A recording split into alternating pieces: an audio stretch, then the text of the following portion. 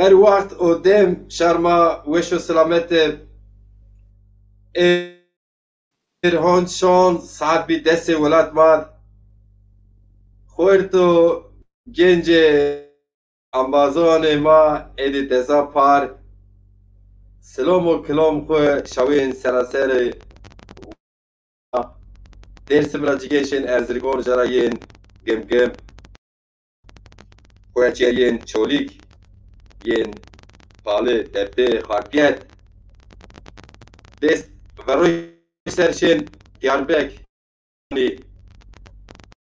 چرموک ین جر ین سیورک اجرا ین الگوش وقت ما وشو سلامت ما program خواه برنامه خواه سرو سیاست ترکیه یو program واضح نشر بکرد این درخت چیو ترکیه که ها بحث کرده و چی ما علاقه در کن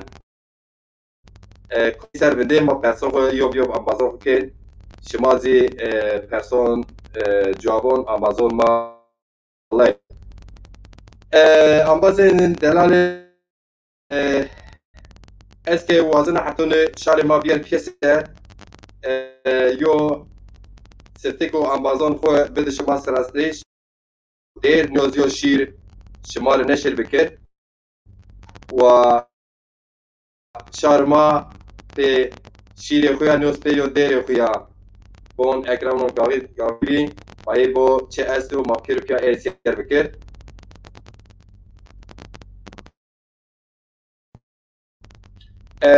حتی نکشیر بیارد اینه از باجر انبازه که من سیر که شما را رجا کنا پرسون ستمه برسید شما اگر پرسون پرسید ما خود پرسون شما لیستشن جوار ما نبینید شما از باجه با شما پرس ما جواب نکردید ایران خود بینید شیروه بکن یا بینونید نقاش بکن اینه در نوشته و بنویسین اما پرسون خود جاپی پرسون بینید جاپی حتی از هم چه خبه همه اما از مازی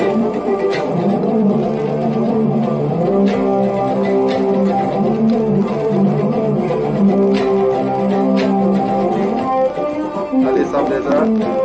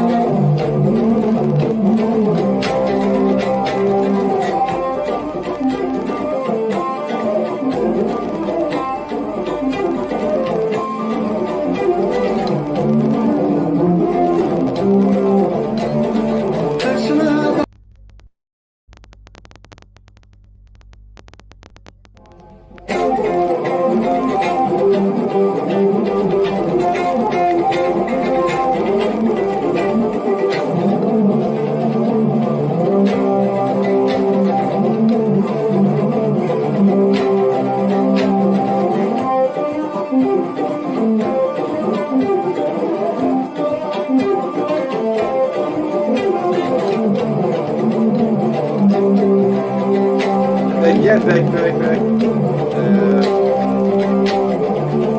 Hüseyin Duran, merhaba.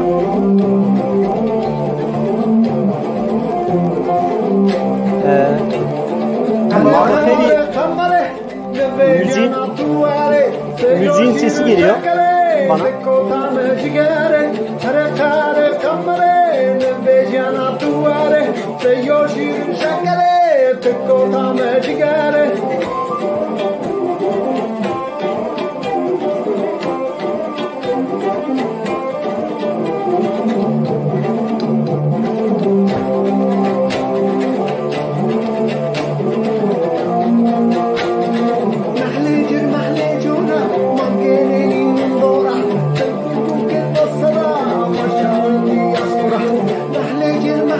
Müzik bende devam ediyor da ya ben onu anlayamadım.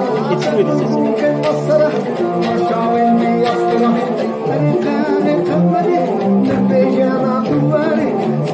Şöyle yapalım. Ben çıkayım tekrar gireyim bir saniye.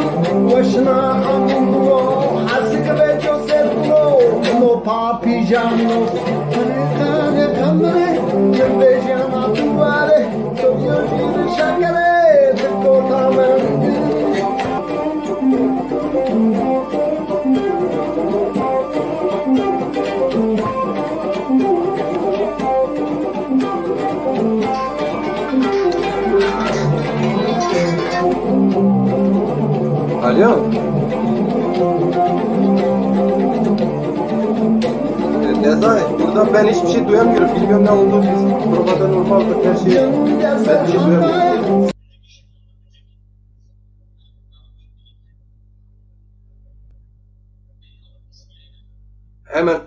Hemen alayım.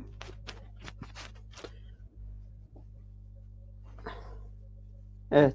Nihayet çözüldü herhalde değil mi? Duyabiliyoruz birbirimizi. Seni duyuyoruz Hüseyin abi, sıkıntı yok. Tamam. Sesim size geliyor mu arkadaşlar? Evet alıyoruz. Tamam. Ses var. Tamam düzeldi. Ben ses almıyorum gibi. Yani hiç almıyorum yani. O kadar kötü. Biz seni çok rahat duyabiliyoruz. Herhangi bir sıkıntı yok bende. Kekecirun. Evet. Herhangi bir sıkıntı yoksa biz programımıza başlayalım. Programın girişini yaptık arkadaşlar. Tekrar hoş gelmişsiniz ama biz Zazaca'dan girelim. Hüseyin, en bas tıkhir ame Hermiyandı Bey. Tişari kotiye şari komcayı. Ya. Ez gımgım rava. Gımgım da ama dinya. Deva goşkardı. Peycuma Barkerd İzmir ez vuşa biyapi mevuja wen vuşa biyapi ez şia fakülta ka cay şirketi özelde xor xebetino İstanbul'da. ser. Rojan ambaz tışkhira me. خیر میاد. از هنر رايو. تشارك كوتي تكوم جاري بنتور برنامه ما. از دیاربکر هنر دومه دنیا. و ماز کی خو گرایت آمد دیاربک. و از به ویس سر از زاییتا دو. از دست سرای بوم آمیتا. و bilgisayar üzeri از شغل نانکا. جای ما است از جای خود کار کنم. خیر آمد خیر آمد خیر میاد. چیم باشید؟ İlhami ambaz gena ilhami ama maneş ke personji perse ma sirti program ma dest peken o mimal ma khela kamesh ma piru khaira me eska pernamash ma piru pia bone ambazane lazım ki program ma namesh ma bone qsucimone maşma namesh ma nudonish ma piru bon sarı çimone ma serame şma pier yob şare ma erciye el xwartone ma xwartone zazon xwartone dezapar serkene mabone zazay zi kotemor siyaset seva itikate xo seva zone xo seva erde xo siyaset kene dezapar de khairame çmo serame Hüseyin bira persema ma her ambazik destaqe jo pers cevap done ما پرسه خو سفته زازاکی پرسنه زازاکی 5 دقیقه جواب دونه هر انباز سرای قده انی پرس ترکی جواب جی دونه که شهر ما که زونه خو ویرا کردو نه زونو آی که فهم بکه آی دیدنی جی شهر غریبان یعنی شهر ترکان شهر کرمانجان کردان کم بلیتا این ولایت دو جیانو آی شهران مقصد ما فهم بکه ما 5 دقیقه ترکی سرو نقاش کنه مسکنه از پرسا ورین جناب حسین برا پرسه شما زون خیلی وقتو سیاست ترکیه ده قاس عمر ما حند عمر ما و عمر ما زیدی رزه ما باش برابر حرکت کردان پیرو کنی یو کفن یعنی کنی زره یو تاس گو پیرو خرابه چو پاک چینیو اما مواش که 6 میلیون جو پارتی است نامیو HDP 6 میلیون جو رای ملت را گرتا یعنی ترکان راز گرتا زازون راز گرتا کردان راز گرتا ارمنیان راز کام ملت جوینی اینو را رای گرته شی مجلس ترکیه خو ifade کنی حالا زون خو ifade کنی و زونو گنامو فهم کرده ایکس زون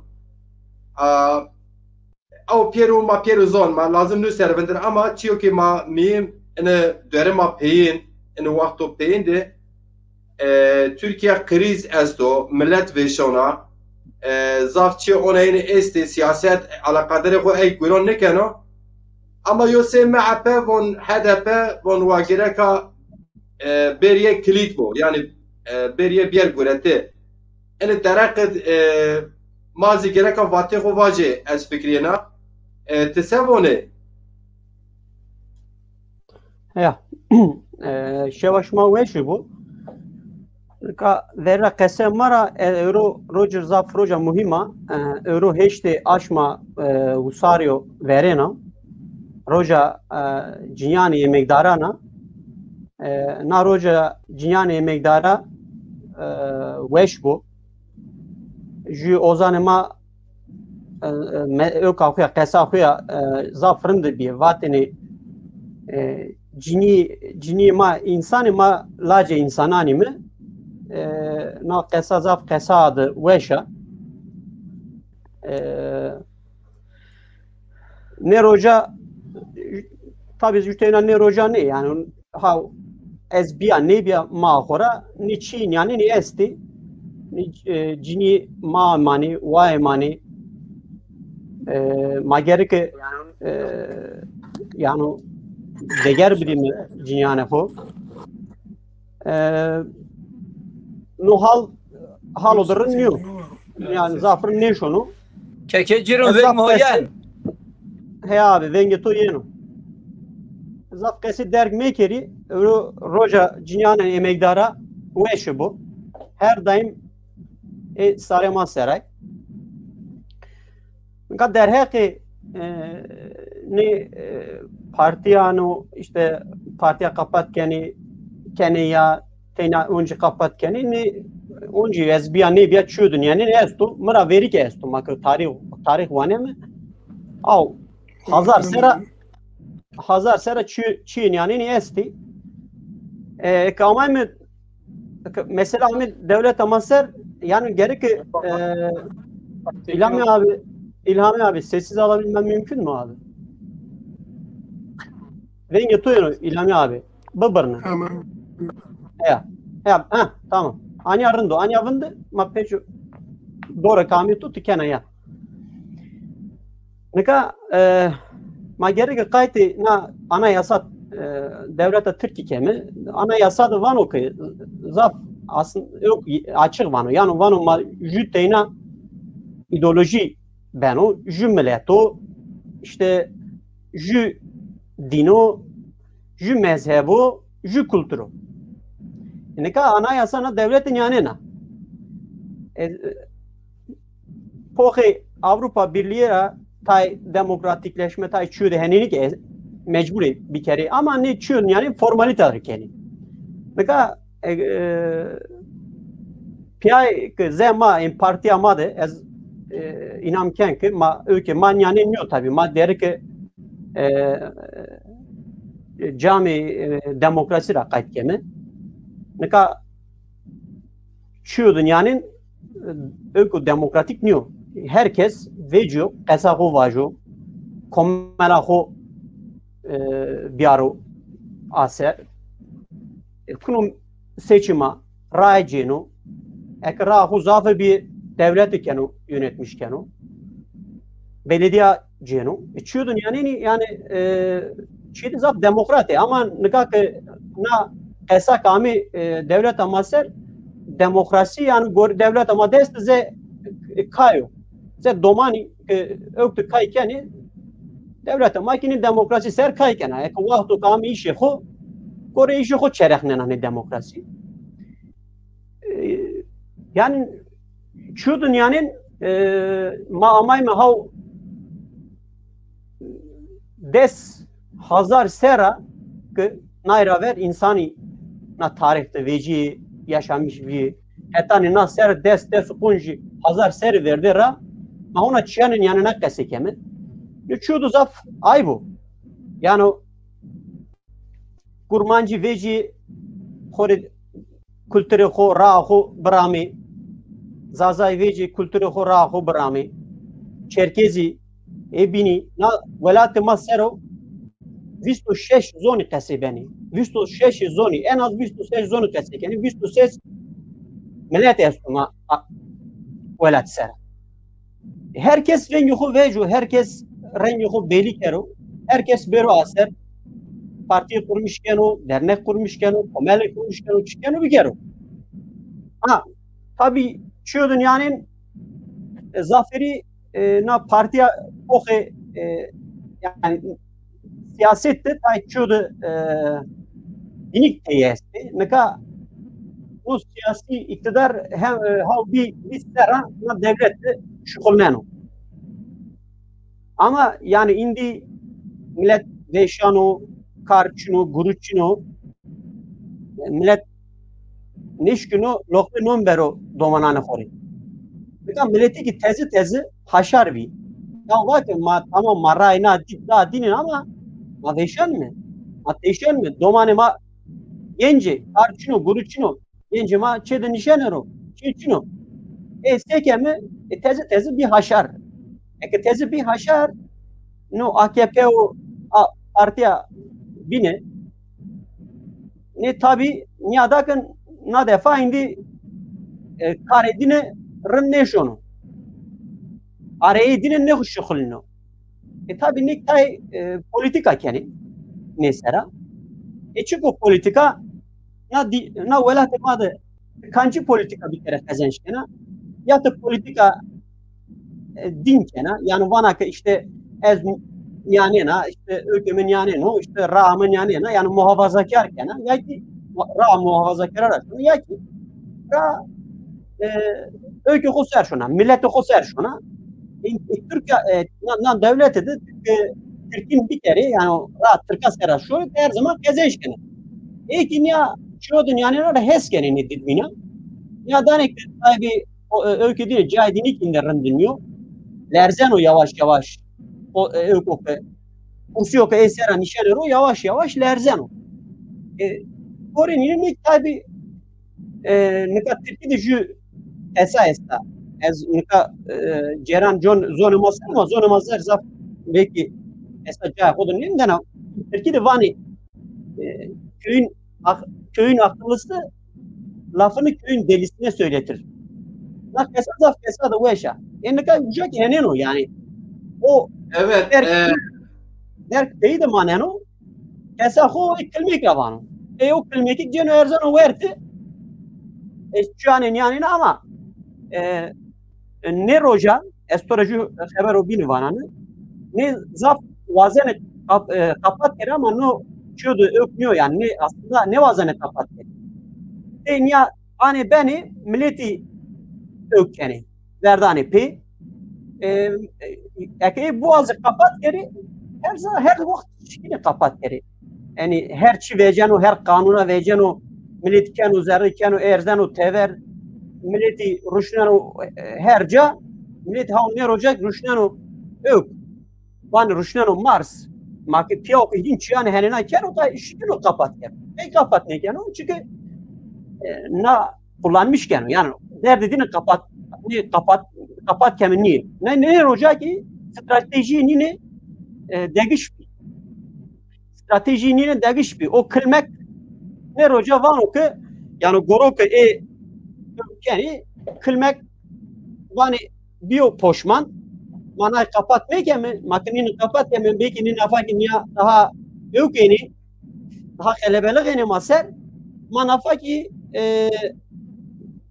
çime milletti ninise itibareni zedelemiş gemi işte esa iftira berzmesi şu dünyanın adı yani şunu yani velhasıl kam ben o bu kanci parti bana bu esa kılmın vaci şu dünyanın demokrasidi çino herkes veciyor kesa ho vacio onu koda kesibi kero kültüre ho ra ho bramo öykü demokrasi yav. Kural demokrasi yav. Ama zobin tipi vazana kapat kere ya kere namedi demokrasi diyor. Namedi çoğu bino yani herkes tanı namedi. Anlasatı anya kılmak bir kere pejoşte mi der. توس وار بتوس زاني ما قسك ما شاء الله جم سلام جم رزق حسين حسين انباز شيء روجان انباز شهر دياربكر هي بولزه الحمي براز ديالو كيشان اذا ندي الحمي ضعيفه كيف شيء على فكره روجان market تبيع اگر کی قسمت ترکی aynı فرد ترکی جواب بده زازکی چه وزن تمام که چه حسین آباد چه کمال بینه سر فکر مواجه و شو شهر ما برنی وش بو روز جنیوز و وش بو سوا روز جنیونا جنی تاج سرای مای ما bir zaten hatta insan hatta en rojomo per sayede piyonla jeniyonla yani jenima değerli o gere zulüm manekce az verni az kaylans yok sebeku o yani sameden parti grevtiş en rojo bir gündem keseni ki onu mesela partiyo yani normalde gündem sırok nemun en ara ona gündem biraz yeni Esra gündem biraz mesela normal eğer bu az bıkafense Hüseyin abi zaten var ve sıra bıkafen ve yura nevon carajat bergen pardon o itat ona beni ona tüdü Türkiye von oyalama. Beni ona gündem meşgul keni. O ay hatayının kenevin. Yani enka mesela Diyarbakır'da az esnafı. Millet yana bunamat para için. Millet yana bunamat yani durum için ma ensin aysın ma veşon yani roja deshab dilenciyen fek berura gereni o yani herkes veşon onlara hin takılmış çibi yani hani mesela HDP parti yani partiya girda partiya pila o yani milleta peyra destek donajı yani hasbik ne ki yani sonuç yani tidivun netice itibariyle çiye partiye o resmiye çıkık resmi bir banka geniş genlez bir par. Ha ki bu vasıta tudi yani anayasa emir aykırı itivaj tudi Türkiye von anayasaya aykırıdır. Anayasa eğer aykırıysa zaten cadgen padoni. En sıra en kısa uzatmışken zaten parti tasdik edemende komyan verma yani çoğun ve şunu ver çık düşünmüş ne ben yani hani fikir ne yani meri bunaz جای خوبی گو از نون خوبی گوش شون شروع کیا علم و یو دلخ می نون بر مثلا ay وقت verino mesela ma Diyarbakır mazaf diye ona partici ay HDP'ye bayık diyor ay partiyo binora diyor ona sıkıyor ona diyor matravon milliyetçi ay milliyetçi merdiven ka ona bir indik yani hin gücümüz çık ne zaten parti kadiya ya hani en kafeline sadece oyalama yani sonra çıkmıyor yani ha, ona resmiyete ki bayınsa hani dedi yasal olarak yapılsa yani ICO hak için ha suçlu ya da işte sıkıntılı yo vekil ya da yo yönetici ise zaten devlet ise yani emniyet diye çıkası yani aynı o gen işte yargı ki ay yani kapat kardeş yo çözüm ne ma göre yani fikir mi ana o partiye emadı bunu kay genç abi ama işte Zeyn abiniz aynı fikirde bunu kay zaten var İsrail hendik vajı. O person bazı vajı yani ama hani ayçı yok marasın ensin yani çünkü masuk ediz mazaf siyasi ortamız madi mazaf ona ortamız macayozdi yani bizi bu tarih tekerrür ediyor. Devren sonu ben şişine. Çeveşme ve şu. توش به الهامی چهار تکین تسخیرامه تچارم ما پرس آمازون پرسه تا او چاک گرم هر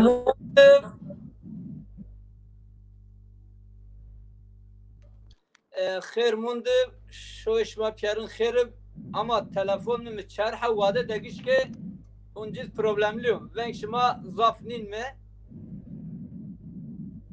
Rere brian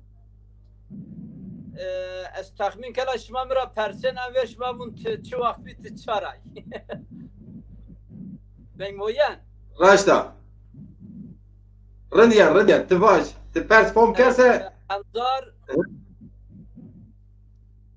از حنزار نوسه 6 1969 از چولی گد دوی گویریزید اومد دنیا از حتی شستره که بای خودی بیا شستره جا پیاسم شیام مکتب هم بیا بزیامون بای خواه از همشین مکتب هم بزیامونتا کردی حتی 1980 1980 از شیا مقایت مکتب رشت orta okul arraş ringo be o mekişti çoliget saksolu bayımın mektep ragat vatanuni vatabunsa tenu ben sağcı ben solcu ama görüntü şımaşı ve muhayyan kekecirun zafir te dombek ama hikayeti xu pier me baş tu çoli gre falan dore tamam mayın perse xu sebra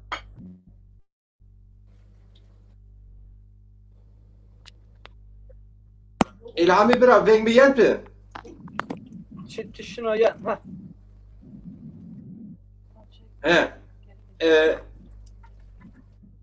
veng te veng mi guret yani perse فهم کرد برا تی خود دست راستش عباس çünkü programa Hocam o şey gündem o. Pense kazanmazı pense pense. Yani MHP تبعت MHP وزن حدا بير بلد وظابط إصرار كنا إن بين إصرار زي قدرة جويش إن درجة تشوف فكرين فكر تشوف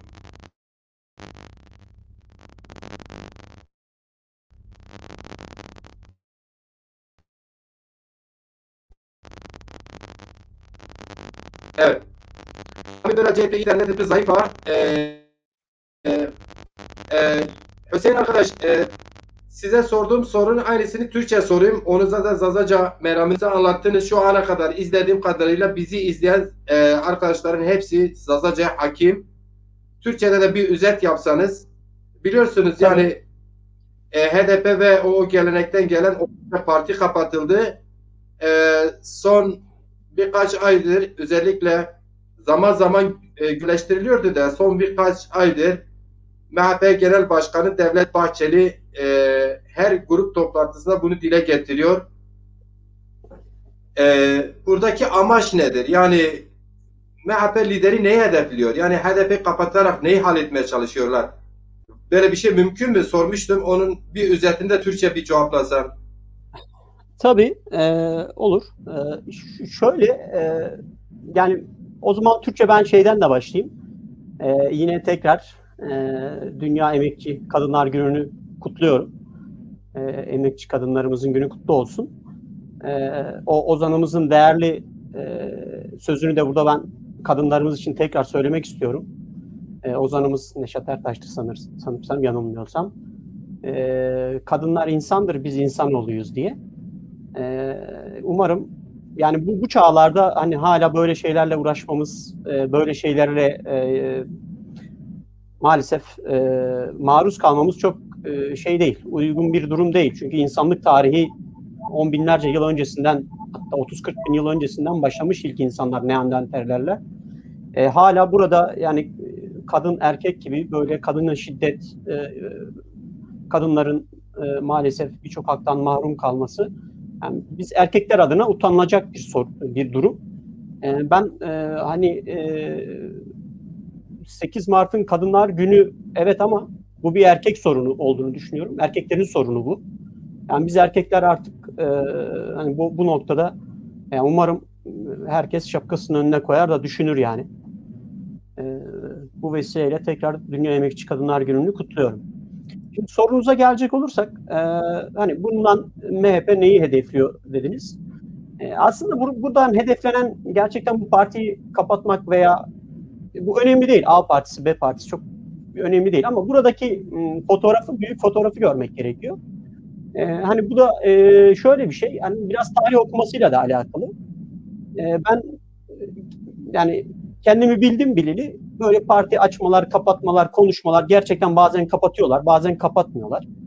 Tabii bunu tarih okumaları yaptığımız zaman da geçmişten beri böyle hikayeler çok var. Yani bu çok artık hani bizim gibi ülkelerde, demokrasiyi hazmedememiş ülkelerde sorunlarını şiddet yoluyla çözen bir ülkede maalesef bu tür şeyler artık insanlar için normal gibi geliyor. Ama artık hani medeniyeti denilen o seviyenin yakınlarına gelen toplumlarda böyle şeyler çok gülünçtür yani. Ama biz insanlar maalesef hani çoğumuz mahallemizin dışına çıkmamışızdır ama demokrasi dediğinde, insan hakları dediğinde böyle herkes bir şey yapar. Böyle herkesin her konuda bir fikri vardır ama mahallesinin dışına çıkmamıştır. Yani mahallenin dışında ne oluyor? Şehirde ne oluyor? Şehrin dışında ülkede ne oluyor? Ülkenin dışında diğer ülkelerde ne oluyor? Dünyada ne oluyor? İnsanların çoğu bunlardan bir haber. Dolayısıyla kendi mahallesindeki dönen olaylarla dünyayı algılamaya çalışıyor. Ülkeyi algılamaya çalışıyor. Demokrasiyi algılamaya çalışıyor. Dolayısıyla biz her şeyden önce birey olarak bunları biz birleştiremediğimiz için temel problem burada başlıyor. Velhasıl bunu buraya geldiği zaman da aslında burada amaç partiyi kapatmak değil. Tamamen buradan siyasi bir rant elde edebilmek. Ben Zazaca konuşurken de Türkçesini söylemiştim. Hani köyün akıllısı lafını köyün delisine söyletti diye. Burada da benzer bir durum var. Biri çıkıyor, bir şeyler söylüyor ama başkası ile maalesef hareket ediyor. Dolayısıyla ben burada parti kapatımının söz konusu olacağını yani düşünmüyorum. Şu noktada düşünmüyorum. Hani çok iyi adımlar atacağız işte televizyonlara çıkıp görsel medyada bu sosyal medyada bunu insanlara kamuoyuna empoze etmeye çalışıyorlar ama buradan temel amaç maalesef gidişat iyi değil onlar açısından. Çünkü 20 yıldır bu ülkeyi yönetenler artık yani insanlara vaat edecekleri bir şey kalmadı. Umut edecekleri bir şey kalmadı. Dolayısıyla sonraki seçimlerde de gidişat iyi görünmüyor. Gidişat iyi görünmediği zaman da ne yaparlar? Ya dine sarılırlar ya milliyetçiliğe, ırkçılığa sarılırlar ki kendi tabanını konsolide etmek için kutuplaşma yaratmak için. Yani böyle bir toplumda kendi yapısını korumaya çalıştılar ama bu çok başarılı olamayacaklar. Çünkü yaşanan bu ekonomik sorunlar yüzlerce genç, yani hatta yüz binlerce genç, belki milyonlarca genç üniversitelerden mezun oluyor veya trafikten bir yerlere girmiş, bir meslek edinmiş ama birçok insan şu an işsiz, çalışmıyor. İnsanlar evine ekmek götüremiyor. Bunlar çok ciddi sorunlar. Burada artık yani iktidardakilerin de söyleyecek pek bir şey kalmadı. İnandırıcılıkları da kalmadı. Son artık son şeylere sarılıyorlar, can simidi.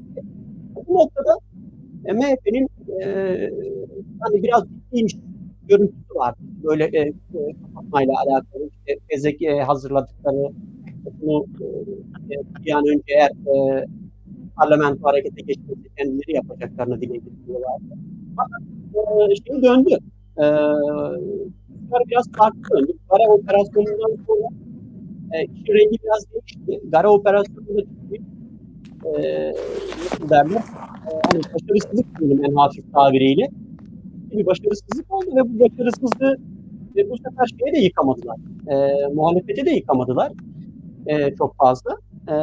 Dolayısıyla burada yani bu son dönemde MHP'nin bu anlamda stratejisini tabii AKP ile beraber değiştirdiğini düşünüyorum. Bu sefer stratejileri aslında kapatmadan ziyade itibarsızlaştırma noktasına döndü. Yani tabii bilmiyorum. Belki bir takım analizler falan yapıyor olabilirler. Belki kapatırsak daha mı güçlü gelirler? Her kapattığımızda daha güçlü karşımıza dikildiler. Dolayısıyla hani bu sefer de böyle bir şey mi olur diye belki bu anlamda bir itibarsızlaştırma operasyonu olacağını düşünüyorum ben. Bu anlamda buradan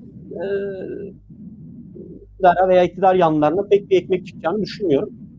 Demokrasi yani bu kelimeyi bizim ülkemizde kullanmak bence kelimeye hakaret öncelikle yani. Ülkede demokrasi falan hiçbir zaman olmadı yani zaten. Böyle bir şey bizim bireylerimiz de zaten bunu hazmedemiyor.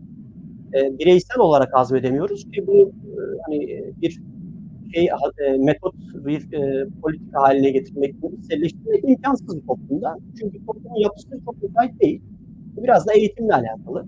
Toplumun biraz dönüşümüyle alakalı bir şey. Yani hani çok demokratik bir hamle değil diyeceğim ama demokrasiye hakaret olur. Onun için öyle şeyler kullanmak bile istemiyorum. Hani bu tür parti kapatma çok yaşandı. Sonuçlar hep görüldü. Aynı şeyi yaparsanız hep aynı sonuçlar alırsınız. Farklı sonuçlar alamazsınız. Yani siyaset her ne kadar toplum bilimi ise de hani biraz da deneylere dayalıdır yani biraz gözlemlersin yani tarihte ne olmuş, ne sonuç çıkmış.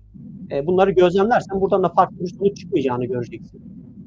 Hani akıllı adamların yapacağı iş değil demek istiyorum ama zaten akıllı adamların da demek için de biraz akıl gerekiyor yani. Hani onu bile söylemeye şey yapamıyorum yani o kelimeye de kıyamıyorum. Velhasıl ben buradan tek bir şey çıkacağını düşünmüyorum. Oylama taktiği olduğunu düşünüyorum. Evet. Teşekkür ederim. Ali Meymandar arkadaş hoş gelmişsin. Rame.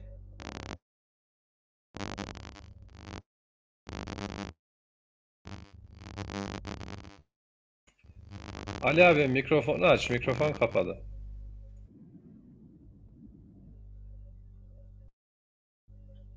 Mikrofon vakti. Eti meymani şani nazı eti matamaşa kene şani nazı geçiyor.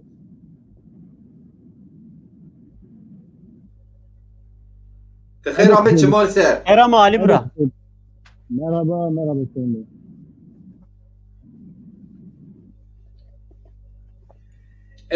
Sirteki ma ambazan jo tur viyarna era tiki ma hazır ne bir ma vaki persege ki hala bin siyar kerde ma perse perse toz perse sirte tekrar ne bu av semede ma vacı dest dakikede hem zazaki o kısmı beşe dediniz per bindiniz Türkiye cevap bedo keser teseboni.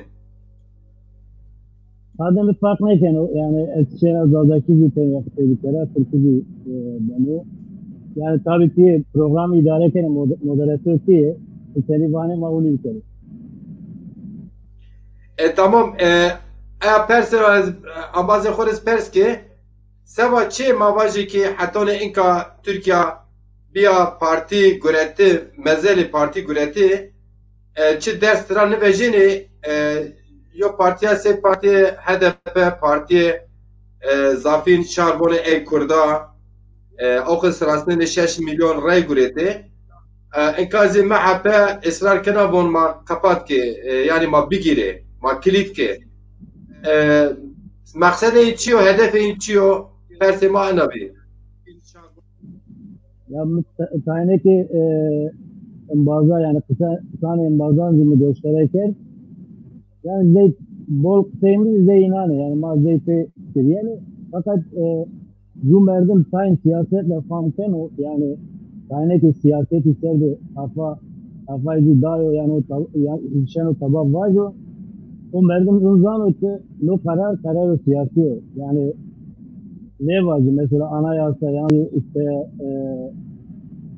ina isto ina halatay kerda kande ma na parti protest karar protesti ma ona durusu mazane ki velat atanika yani yasazi ye çina mesela es terbiye ya kan ey terazi çina tabak var ya yani insan ju destek mesela kumaşesto ya kumaşesto seçenu kumaşı ayar defo yani pan defo biderdi. Mesela sayın famken mesela velat siyaset bir uni yani ama ki desteğine do nokta mesela AK Parti yani MHP yani bir parti sistemi mesela ama ki desteğine do eşen hemen ki zeyho bitere mesela anayasa zeyho çene bitere yasa zeyho ayar bitere kande tabi ma neşene vacı yani ki ma vacı mesela partiye sırdaşıyan panç reyeceğiz yani panç merdimi veçineni mafına neşene vacı na parti yani hatta yiyeceğiz to kapak bitir yani bir ma neşene vacı yani mesela bazı var ya 6 milyon rey gibi 6 milyon ne bu yani 100 milyon bu 50 milyon yani 5000 bu ma neşene vacı çünkü neydi yani helal man zeyma şarima yani mesela ek bildesti ek zuvan ezibben o asmile katiyen neşene vacı çünkü meş o da belki bir o masarezi yani madezi bizim partiye mazi belki patmak bu yani bir gire ma çakçı vacı riyemane ben otomatik şey vacı ne vacı yani vakti parti yakındaşıyan hükümet vaştı budur bürotişti vaş vakti ne vacı ama tamam akıcıyız biteri yani tam da iyi bir manışanı vacı yani bu kararı raştı yani kararı zımdı yani açana ne vacı yani Hüseyin biraz Türkiye var ya mesela her şey aynı sene fakat oyundu avutena oyundu babetla programı yani Einstein o ya yani, her zaman aynı şeyi yapıyorlar ama sonuç olarak başka bir şey bekliyor bu yani aptallık ne bir nazarında yani Hatta yine onu görüyor yani. Bir sene daha ise misal ülke hükümet AK Parti'ne verdi. Sadece verdiği diyesi o fakat kazanıyor yani. Mühim AK Parti. Mesela AK Parti seni ama hükümet AK Partisi bürokrasi mı bilgiye. Yani diğer seçime yani demokratik var seçime var yani misal bu alternatif parti arkadaşı alternatifine göre her bürokrasi parti daha büyük der. Hep dışına var fakat o dışına karar politik yani. Mesela herkes yani tamam ma belki parti arkadaşlarına velat defodu yani İstanbul'da edinandı mesela İstanbul'da anladı. Yani değeri muhalefet bir soru. Parti arkadaşlarına. Bu yani o realite. Fakat yani yani karşıda madde yani veremaya politikasını ne fikrini partiye yine kapatıyor yani bu var yani yani öyle bir şey. Evet ya rush bir şey yani demokrasi yani maalesef bazen ise inanın bir iyi bazen. Yani parti ama rush yani bir şey. Hani dezapar maçı bazen ise hani ki hani AKP zillerse hemen abi maalesef yazıyor. Ne meşine kemi. Yani etçena ona var ya kandı grup. Tüveşi var bit.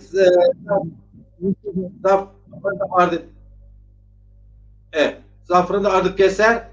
Eski haskanat yani kem terkizi maksedi kuvacı ma ena yo perse diyor saate ma seroşi beni ona mavaş dedi bon özet cevhereyi bedir terkizi yani hayırdır diyorum ki yani Türkiye benim yaşım kadar neredeyse ben 50 yaşındayım bu yaşıma kadar onlarca parti kapatıldı. Defalarca Türk egemen sistemi işte biz bundan ders çıkardık. Avrupa Birliği'ne giriyoruz. Kimi bazı yumuşama dönemleri ne kadar olduysa da değişik partiler yani sırf böyle Kürtlere ait partiler değil. Biliyorsunuz Türkiye'de muhafazakar partiler de çok kapatıldı. Hatta bu sistemde Cumhurbaşkanı yapmış kişilerin kurduğu partiler bile kapatıldı. Bir çözüm yolu olmadı. Yani 6 milyon oy alan HDP gibi parti de MHP hedef yapmış. Her grup toplantısında, her açıklamasında bunu açıklıyor. Tekrar etmiş oldum ama size soru soruyorum tabii ki. Bunu bir özetler misiniz? Yani bunun bir çare midir? Dezapar buna nasıl yaklaşıyor? Ya bunun çözüm olmadığı aslında onlar da biliyor, farkındalar. Birçok trafiği de yaşanmıştır. Az buçuk tarih bilen, yani Türkiye Cumhuriyeti tarihini bilen insan parti kapatmanın aslında aptalca bir davranış olduğunu, yani mantık ve akılla hareket edilen bir davranış olmadığını bilir, idrak edebilir. Aynı şekilde zaten sen de bahsettin, bugün hükümeti elinde bulunduran Cumhurbaşkanı geçmişte yani onu iktidara taşıyan da aslında belki askeri vesayetle ya da o günün egemenleri, o günün güç odakları ona yaptıkları baskının sonucunda bugün hükümet elindedir. Hükümet olmuştur, iktidarı eline almıştır. Bu pratiği yaşamış birinin bile aynı davranışları tekrarlaması yani mantık çerçevesinde düşünüldüğü zaman bir sonuç çıkmıyor. Yani mantıklı bir sonuç çıkmıyor. Ama bunda ısrar etmesi biraz da güç zehirlenmesi diyebilirim. Yani belli bir zamandan sonra insan belirli bir hani bir geçmişte tarihte imparatorluklar belirli bir güce eriştikten sonra o kadar bir güçlü hissediyor ki kendini, ondan sonra kendini tanrı ilan etmeye başlıyor. Yani acaba diyor ya bu kadar milyonlarca insan benim himayem altında bana itaat ediyorlar. Acaba ben bunlardan çok mu farklıyım? O zaman ben tanrıyım. Aşağı yani. Anlıyor musun? Yani bir anlamda herhalde hükümet biraz güç zehirlenmesi, biraz da yaşanan büyük bir sorun üst üste gelmiş. Mesela korona, ekonomik sorunlar, çözümsüzlüklerin yarattığı psikolojik nedenlerden dolayı da böyle bir girişimde bulunursa belki yeni bir şeyler çıkarma, yeni bir bizden bir şey çıkarırım düşüncesinde de olabilir. Ama bunun hani ben gelecek konuşurken de söylediğim gibi aynı şeyleri tekrarlayıp farklı sonuçlar beklemek aptallıktır. Yani Einstein, büyük ustaların dediği gibi. Bu açıdan bunları tekrar etmenin hiçbir anlamı yok. Bunlar ne ülke demokrasisine, ne ülkenin insan haklarına, ne de evrensel değerlerine bir katkı sağlayacağını düşünmüyorum. Bu açıdan tabii ki biz dezatar olarak şöyle düşünmüyoruz. Belki siyasi olarak bugün mesela kapanılması düşünülen partiyle farklı düşünüyoruz. Belki seçim geldiği zaman kişisel olarak farklı olduğumuz için ya da farklı partiler olduğumuz için birbirimize muhalefet yapacağız. Kendi bölgemizde olsun, metropollerde olsun. Ama her ne olursa olsun, rakibimiz de olsa, beraber hareket edeceğimiz bir parti de olsa, ortada bir realite var, bir gerçeklik var. Bu gerçekliğe samimi bir şekilde, dürüst, ilkeli bir şekilde tepki göstermemiz, bakmamız gerekiyor, değerlendirmemiz gerekiyor. Aynı şekilde mesela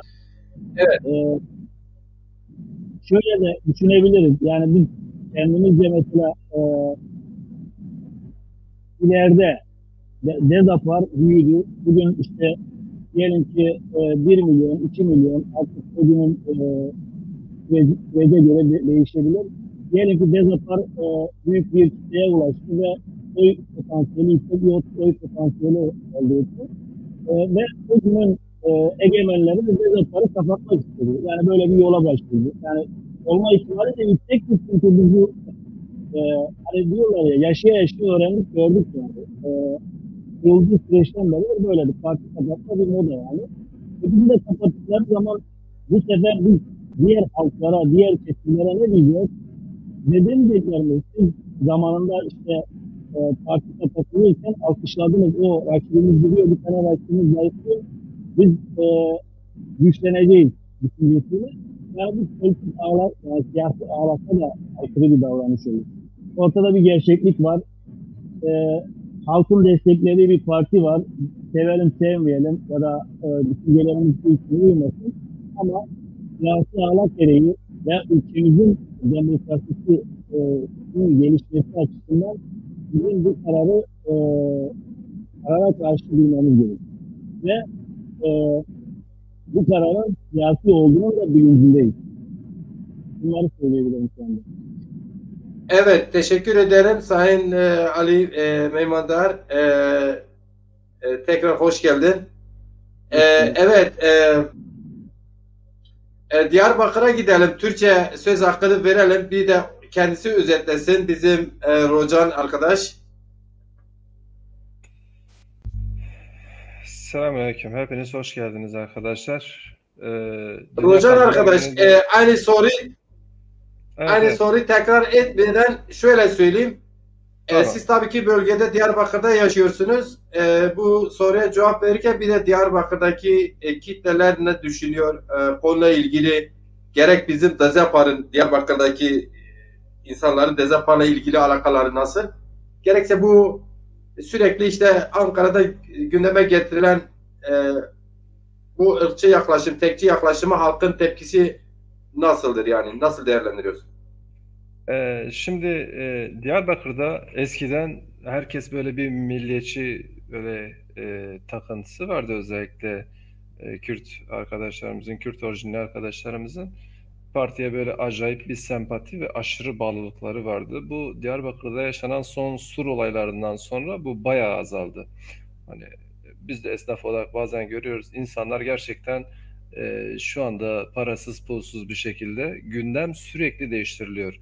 Az evvel bir haber okudum sizden önce. Mobese'den artık kameralara bakıp ceza kesiliyor. Yani insanların refah içinde olması lazım ki siyaset düşünebilsin şimdi. İnsanlar düşünemiyor. Aç, yani başka düşüneceği bir şey yok. Kafasını kaldırsa tak. Yani böyle biraz mobbing baskı diyelim. Yani her taraftan uygulanıyor. Yani sadece bu devlet eliyle değil, kapitalizmin biraz da etkisi var, özellikle insan yaşam hani koşullarının bayağı zorlaşması. Hani bu sadece yönetimde de alakalı değil. Tabii etkileri de vardır illaki. Yönetimde de illaki eksikler vesaire vardır. Parti kapatma ile ilgili de şunu söyleyebilirim. Yani her parti kendini biraz ön plana çıkarmak ister. Tabii biraz sancılı bir süreç oldu Kürt partilerindeki, özellikle Kürt orijinli partilerin süreci. İnsanlar artık kaçıyor. Yani uzaklaşıyor, hatta anılmak bile istemiyor o şekilde. Biz bunu görüyoruz genel anlamda. Hatta yani şunu da söyleyebilirim, hani farklı bir bakış açısı olsun. O partiler üzerinden diyelim ki kapatıldı. Farklı partiler işte hani farklı bir etnik grup olur, bu Zaza olur, Kürt olur vesaire, Çerkez, Laz vesaire gibi farklı bir ırka mensup olan vatandaşlarımız, ülkemizin diğer vatandaşları, onlar parti kurdukları zaman hani sizin de böyle bir şey, hani egemen olarak Hüseyin abinin dediği gibi egemen güç olduğu için belki bir gözdağı veriliyor olabilir. Hani demokrasi konusunda Türkiye geçen herhalde sıralamada 32. sıraya düşmüş, yani biraz baskı anlamında. Tabii şahsen bunu insan bireysel olarak fark etmez ama böyle oluşumlu ve işte parti gibi oluşumlarda hani bu tarz şeyler önümüze çıkabiliyor. Yani onun dışında şu an eskisi kadar böyle şey yok, yani eskisine göre nazaran hani deseniz ki baskı vesaire falan o kadar aşırı yok Diyarbakır'da. Hem mesela çevreyi de görüyoruz, yani Türk müşterilerimiz, Kürt müşterilerimiz vesaire hepsi geliyor. Hani her tarafa bakıyorsun artık, Türk'ü de, Kürt'ü de, Laz'ı da, Zaza'sı da bakıyorsun. Siyaseten bir ayrışmış insanlar. Yani bizim genel gördüğümüz şey bu. O yüzden parti kapatılması bence sadece bir gündem değiştirme. Mesela ben MHP'li Bahçeli'nin vallahi zeki bir adam olduğunu düşünüyorum. Sebebini söyleyeyim şu şekilde. Yani mesela HDP'nin başkan yaptırmayacağı sloganını terse çevirip özellikle MHP, Erdoğan, Cumhurbaşkanı Erdoğan'ın yanında durdu. Bu anlamda akıllılık yaptı bence. HDP de bunu yapabilirdi. Zaten ondan sonra kaybetti. Hani şu anda biz MHP'yi kapatabiliriz diye HDP söyleyebilirdi. Durmadığı için yanında böyle bir eksiklik, artık yani gündem değiştirmece diyelim sadece. Ben bunu böyle okuyorum açıkçası. Yıllardır çünkü parti kapatmaları vesaire Türkiye'de yapılıyor ama 21. yüzyılda 2021'de artık bu sadece bence bir gündem olarak kalır. Yani söyleyeceklerim bu. Evet. Bir de bizim genç arkadaşlarımızın, Bacır Bey, bir şey söyleyecekseniz ben alayım soru. Bir şey daha söyleyeceğim. Siz isterseniz araya Yok girecek. yok tamamlayın. Tamamlayın. Yok ben bir şey sormayacağım. Tamamlayın. Bizim Zaza gençleri bu ara özellikle TikTok'ta bayağı etkili. Yani TikTok ne alem giriyor böyle. Kimisine göre çok saçma bir platform, kimisine göre ahlak ve hayat seviyesi yerlerde. Her ne olursa olsun oraya şu anda hocalar da çıkıyor. İlim hocaları vesaire falan filan. Tutun da çocuğundan gencine, en arsızına kadar herkes çıkıyor. Orada şu anda bir Zaza realitesi oluştu. Ben de takip ediyorum. Hiç indirmemiştim. Instagram falan filan var. Ona bile yani kendi işimden dolayı fırsat bulup pek bakamıyorum. Orada bizim Zeki arkadaşımız var. Zeki Zaza'yı zaten partiye ve bir arkadaşımız. O bayağı hem takipçisi var hem bayağı bir etkisi oldu. Şu an orada bir Zaza realitesi var. Yani o artık Zazalık, Kürtlük bir tarafa ya da işte Zazalar Kürt müdür, Türk müdür bir tarafa geçtik. Artık orada bir TikTok'ta böyle örgütlü bir grup var gibi böyle. Arada bir misilleme yapıyorlar işte, Siverekler özellikle, Diyarbakır Siverek, Dersim Bingöl, yani hepsi orada Alevi Sünni demeden bir topluluk, bir çatı oluşturdular. Ben bunu görünce çok mutlu oldum. Mesela Zazaca etiket yazıyorsunuz, Zazalar yazıyorsunuz, illa altında komedi, espri ya da bir birlik mesajı var. Biz Zazayız, biz buradayız gibi güzel şeyler de görüyoruz. Buradan Zeki arkadaşımıza da teşekkür ediyorum. Pek bu ara Facebook'ta göremesek de TikTok'ta bayağı çalışıyor, onu söyleyeyim. Bir teşekkür etmek istedim kendisine buradan, özellikle belirtelim. Hatta oraya giren arkadaşlar varsa onu takip etsin. Güzel bir organizasyon yapıyor. Yani tavsiye ediyorum. Evet gerçekten dediğiniz gibi yani Zeki arkadaş, ben de zaman zaman konuşuyorum. TikTok'a diyor bizimkiler kullanmıyor. Farklıdır Evet. sizin bahsettiğiniz işte öyle tanınmış bir şey. Ama diyor ki orada epey gerçekten gençler takılıyor, doğrudur. Gence hitap etmeyen partiler parti olmaz. Genç ve kadınlara hitap etmemiz gerekiyor. Bütün partiler gençleri kazanan, gençleri örgütleyen.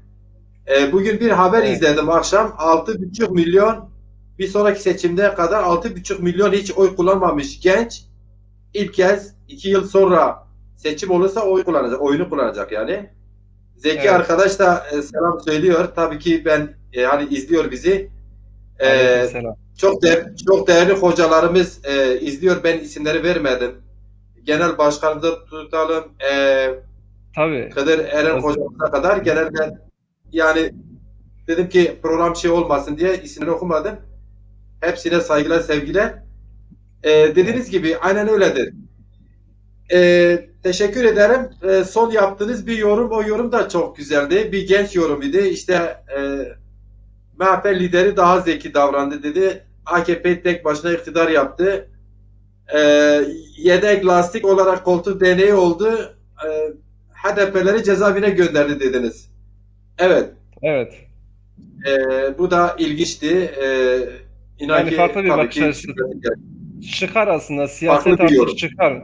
Çıkar meselesi kesinlikle. Ben izlediğim zaman artık yani Diyarbakır'da yaşamış, işte Diyarbakır'da Kürt siyasetini, Türk siyasetini görmüş biri olarak yani her genç de şu anda benim yaşlarımda ortalama benim yaşlarda olan her genç artık bunu biliyor. Uzak duruyor olabildiğince siyasetten çünkü artık bir gelir kapısı oynadığını biliyor. Özellikle sosyal medyada da şu anda gençler çok aktif. Mesela teknoloji çağındayız. Çoğu genç işte bilgisayardan yayın yaparak para kazanıyor, şey yapıyor. Artık kimse hani zamanını paraya, herkes zamanını şu anda paraya çeviriyor. O bir realiteye kesinlikle dönüştü. Eskiden zaman nedir diyorduk. Şu anda herkes zamanını paraya çevirme peşinde. Ondan dolayı biraz da siyaset devre dışı kaldı diyebilirim. Evet. Ben yine Teşekkür buradan ederim. rica ederim. Yine buradan ben de teşekkürlerimi sunuyorum Sayın Dilaver Eren Başkanımıza, tüm katılımcı arkadaşlarımıza, alim imamlara, işte Hüseyin abi size özellikle bu organizeyi yaptığınız için ben tüm arkadaşlarıma, ismini sayamadığım tüm arkadaşlarıma teşekkür ediyorum. Hepinize Allah razı olsun. Teşekkür ediyorum.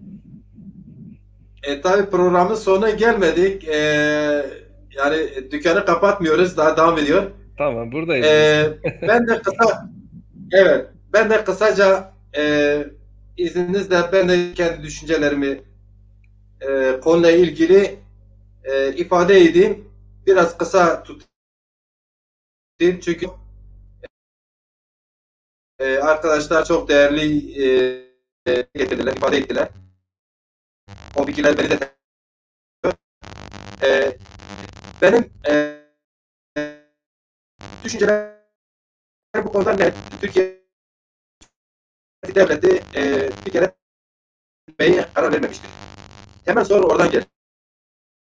Yani Türkiye Cumhuriyeti Devleti ne zaman ki gerçek manada demokrasi özümser ve anayasal değişiklikler yapıp Zaza halkını, Kürt halkını ve diğer halkları ne zaman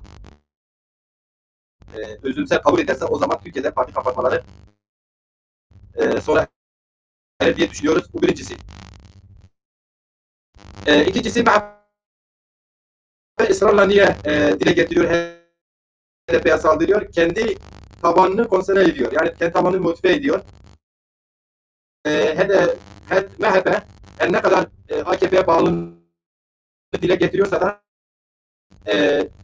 ilk fırsatta AKP'ye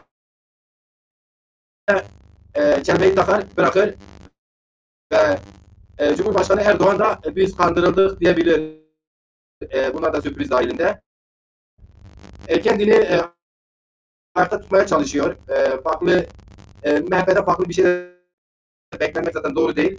Ama burada AKP'nin konumu da çok mühim. AKP'de ötekileştirmeden yani o MHP'siz de iktidarını sürdüremiyor. Açlık var, ekonomi batıklıktan insanlar gerçekten eve kuru ekmek götüremiyor. Bu nedenle AKP'de MHP'nin bu oyununu fark altında olduğu için oradan gitmiyor ama sonuçta Cumhur İttifakı'nın bozulmaması adına da AKP'de fezlekeleri hazırlayalım. Hızlı bir şekilde meclise getirelim. Bunları işte sözüm ona bağımsız yargı bunlar hakkında tutup fezlekeleri işte meclise getirip dokunmazlıklarını kaldıralım. Böylelikle hem Millet İttifakı'nı zayıflatalım hem kendimizi yaşatalım. Yani çünkü halkın sorunlarıyla ilgilenecek işsizleri, bu ülkede okumuşların iş bulma yerine böyle Kürt düşmanlığı. Eminiz ki Zazalar güçlenirse bu sefer Zaza düşmanlığı üzerine, bugün Zaza kardeş olan yarın Zaza düşmanlığı üzerine kendilerini yaşatmaya çalışıyorlar. Rant kapısı. Ben kısaca böyle değil. Ben Zaza kısmında kendimi ifade etmedim. Tekrar olmasın. Türkçe ifade ettim. Evet. Çok değerli konuklar, değerli izleyicilerimiz var. Şimdi Hüseyin arkadaş, ikinci sorumuza geçelim.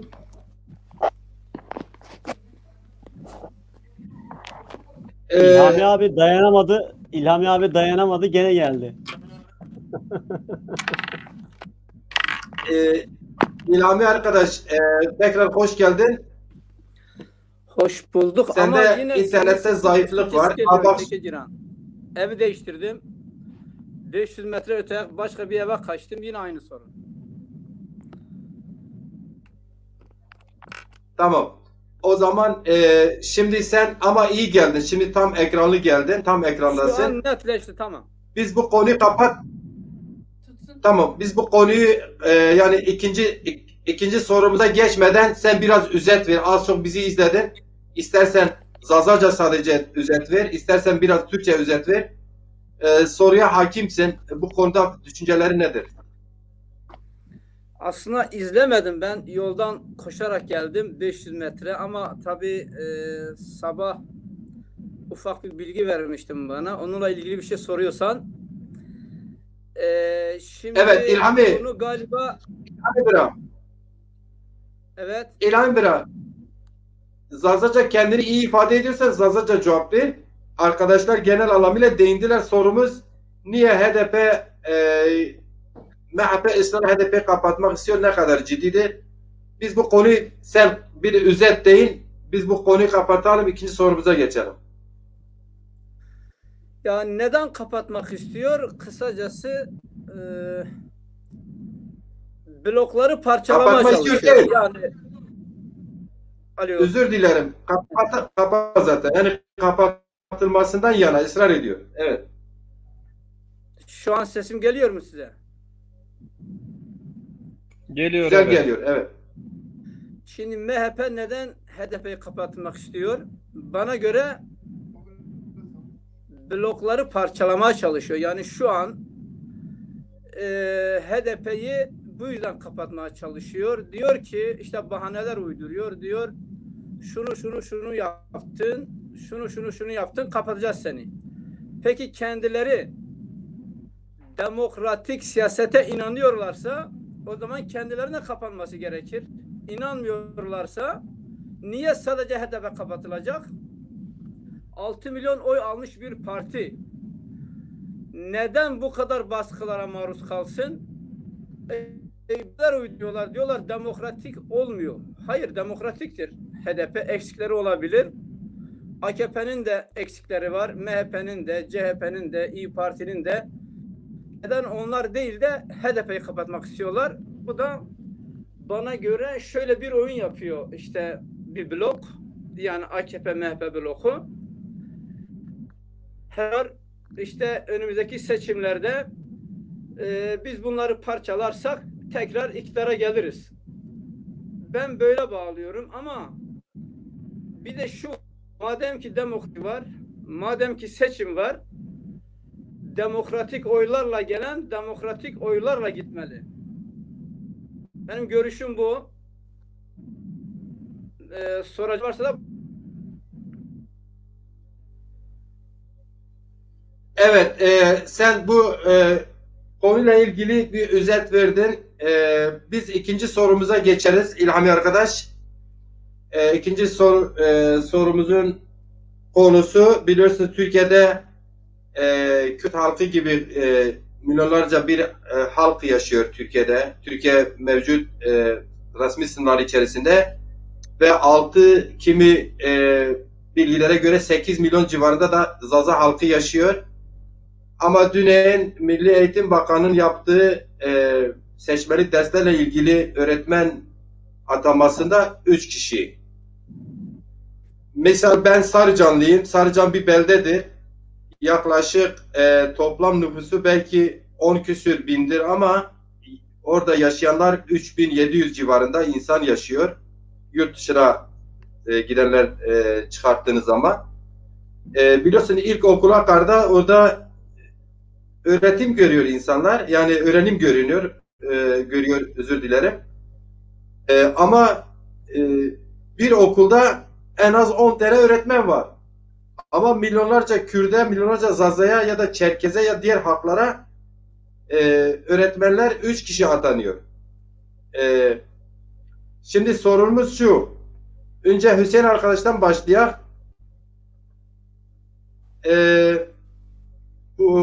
Bu sorumuza cevap olarak her arkadaş Türkçe cevap verse biz biraz toparlamak istiyoruz. Çünkü epey uzadı birinci soruda. 1 saati geçik bir süre geçti. Ya da Zazaca ile Türkçeyi birlikte kullanalım ama 5 dakikayı geçmesin. Çünkü daha başka sorularımız da var. Tıvanesi Hüseyin Bira seva zone perverdi eğitim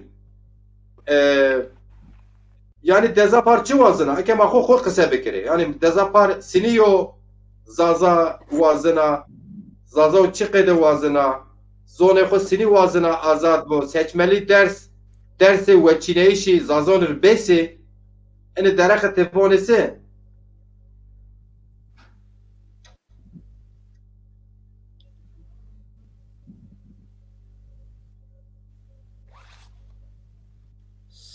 Mikrofon Ses yok, kapalı Bülent Hüseyin Bey. abi. Pardon.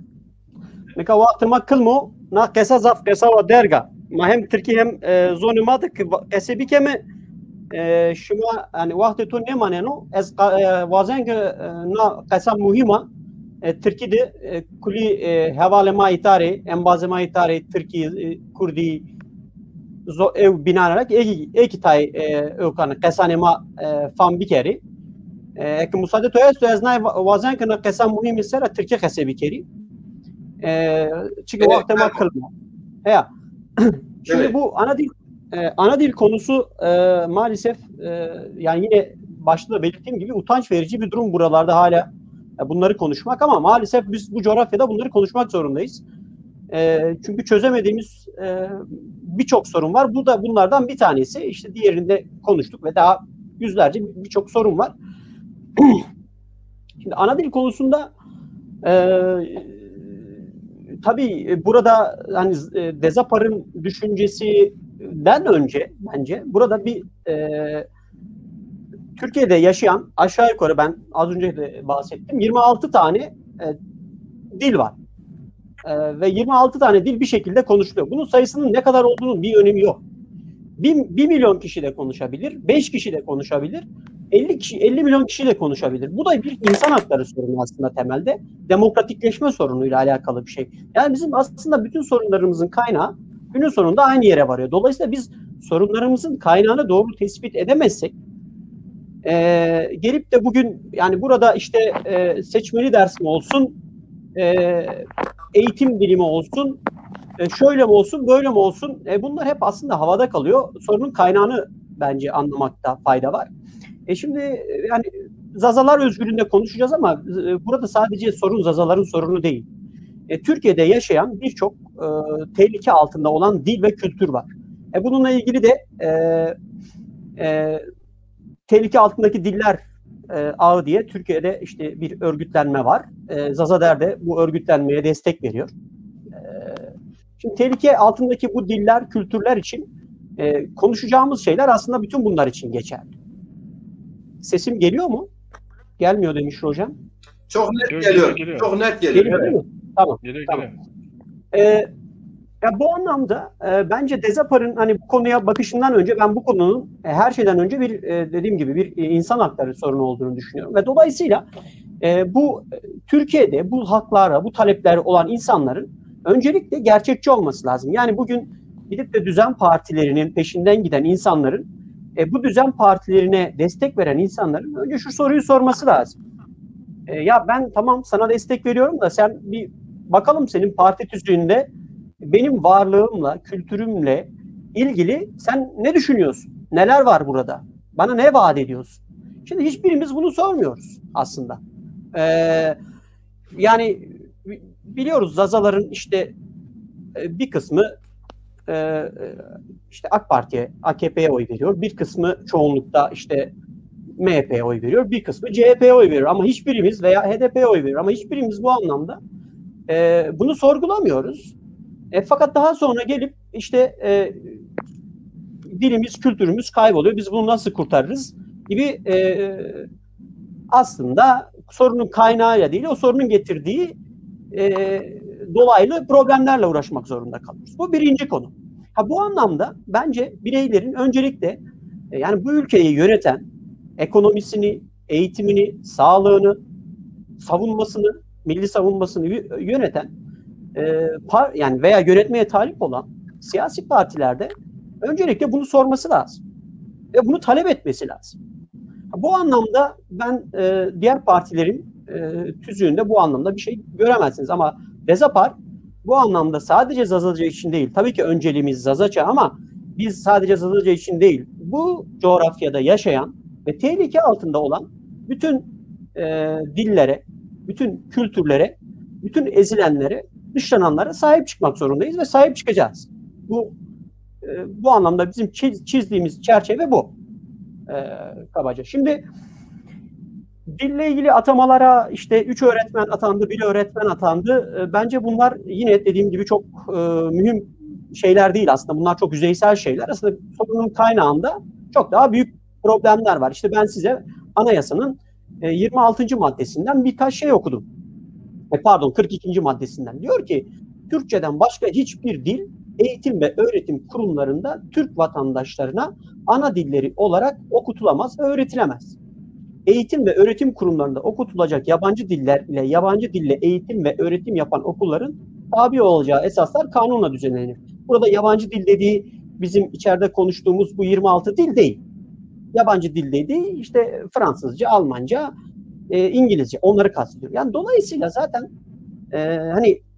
işte sorunun kaynağı burada. Yani anayasanın 42. maddesi senin önünde duruyor. Ama sen bu maddeyi değiştirebilecek yapılara sana geldiklerinde sen bunu sorgulamıyorsun. Bir kere bunu sorgulaman lazım. Yani bu anayasanın bu maddesi burada dururken yapacağımız şeyler çok sınırlı olacak. Tamam böyle bir uyanış var. Belki insanlar biraz daha bilinçlendi. Sosyal medyanın işte dünyanın işte aynı network altında toplanması, sosyal medyayla insanların birbirleriyle daha fazla iletişim kurması, bu anlamda örgütlenmeler yurt içinde ve yurt dışında bir takım baskılar oluşturabilir. Bu güzel bir şey. Ama bu baskıları, bu birlikteliği doğru yere, doğru politikayla kanalize etmek lazım. Yani hedefi doğru seçmek lazım, politikayı doğru seçmek lazım ve bu talebi, bu oluşan haklı talebi doğru yere kanalize etmek önemli. Bu yapabilirsek bence bu sorunları kısmen de olsa biraz daha böyle nefes alabilecek, dillerin, kültürlerin kendi nefesini alabileceği, biraz böyle bir soluklanma hissedebileceği bir periyoda girebiliriz. Şimdi benim genel anlamda dillerle ilgili alakalı da şöyle bir bakış açım var. Yani burada belki arkadaşlarımızdan bazıları biraz ön yargıyla yaklaşabilir ama beni anlamalarını rica ediyorum. Biraz daha farklı bakıyorum ben olaylara. Bunu daha önceki etkinliklerde de, dil üzerine yapılan etkinliklerde de ben dile getirmiştim. Şimdi bir de hayatın bir gerçeği var. Yani bizler insan olarak doğanın bir parçasıyız. Bu dünyanın evrenin bir parçasıyız. Dolayısıyla diller yaşayan nesnelerdir, canlı nesnelerdir yani. Dil de canlı bir organizmadır aslında. Yaşar, işte doğar, büyür ve ölürler deriz ya aslında. Onlar diller için de geçerli. Diller de doğar, büyür ve ölürler. Maalesef bu böyle. Yani kabullenmek istemesek de bu biraz böyle. Ama bizler için bu önemlidir. Çünkü herkesin kültürü, dili önemlidir. Biz bunu yaşatabildiğimiz kadar yaşatmaya çalışacağız. Biz bunu 50 yıl, 60 yıl, 100 yıl daha yaşatabilirsek ne mutlu bize. Dolayısıyla hedefimiz biraz bu yönde. Hani bunun dışında ben daha önce de benzer örnekleri verdim. Bir zamanlar dünyayı yerle bir eden Latince dili, o zamanlar kimse onun kaybolacağını, Latince'nin kaybolacağını, Latince'nin yani yeryüzünden silinip gideceğini hayal bile edemezlerken bugün Latince artık hani, ölü diller arasında kullanılan bir dil değil. Yani dolayısıyla bu bir gerçeklik. Biz bu gerçekliği bir kabul etmemiz lazım. Ama biz ne kadar yaşatabilirsek dillerimizi, kültürlerimizi, ne kadar bu yaşam döngülerini uzatabilirsek bizim için o kadar iyi, bizim için o kadar başarılı bir adım olmuş olur. Yani şu an hükümetin bu anlamda yaptığı göstermelik işte olsa yine de birkaç tane üniversitede dil üzerine bölümlerimiz mevcut. Ama atamalar konusu bu biraz da şeyle alakalı. Yani bizim velilerimizin bilinçlendirilmesi gerekiyor. Yani bu anlamda parti olarak da belki bir takım adımlar bence atılabilir. Bunu da planlıyoruz aslında. Ama Zazader bunu zaten yapıyor. Ben aynı zamanda Zazader'de de destek veriyorum. O çalışmaların içerisindeyiz. Zazader'de Hıdır hocalar bu ve buna benzer çalışmaları başlattılar. Zazacan'ın okullarda okutulması yönünde. Ama günün sonunda bunu seçmeli dersle yaşatamayacağımız çok belli. Bunun olması gereken tabii ki başta doğar doğmaz çocukların ana dilleriyle belli bir yaşa kadar bu ilk öğretim olabilir. Kendi ana dilinde eğitimini ve öğretimini yaparsa dilin yaşama şansı olur. Yani onun dışında yetişkin bireylerin bunu öğrenmesi elbette önemli ama o çok kısır kalır. Yani onlar o seviyede öğrendikleri zaman çok kısır kalır ve sonradan öğrenilen dilin de hani ne kadar doğru öğrenebilir, ne kadar kendini orada doğru ifade edebilir ayrı bir konu. Bu işin biraz teknik kısmı ama ben bu anlamda bizi dinleyenlerden şunu rica ediyorum. Yani siyasi partilerin çoğunun ve geleceği tek zaman oluyor. Aslında seçimler olduğunda geliyorlar size. Benim buradaki dinleyici arkadaşlardan istirham ettiğim konu şu. Yani geldikleri zaman şu soruyu sorun ya sen Zazaca için veyahut başka bir dil için hiç fark etmez. Hangi mensup olduğunuzun bir önemi değil. Bununla ilgili siz ne düşünüyorsunuz? Parti programınızda ne var? Hedefiniz nedir?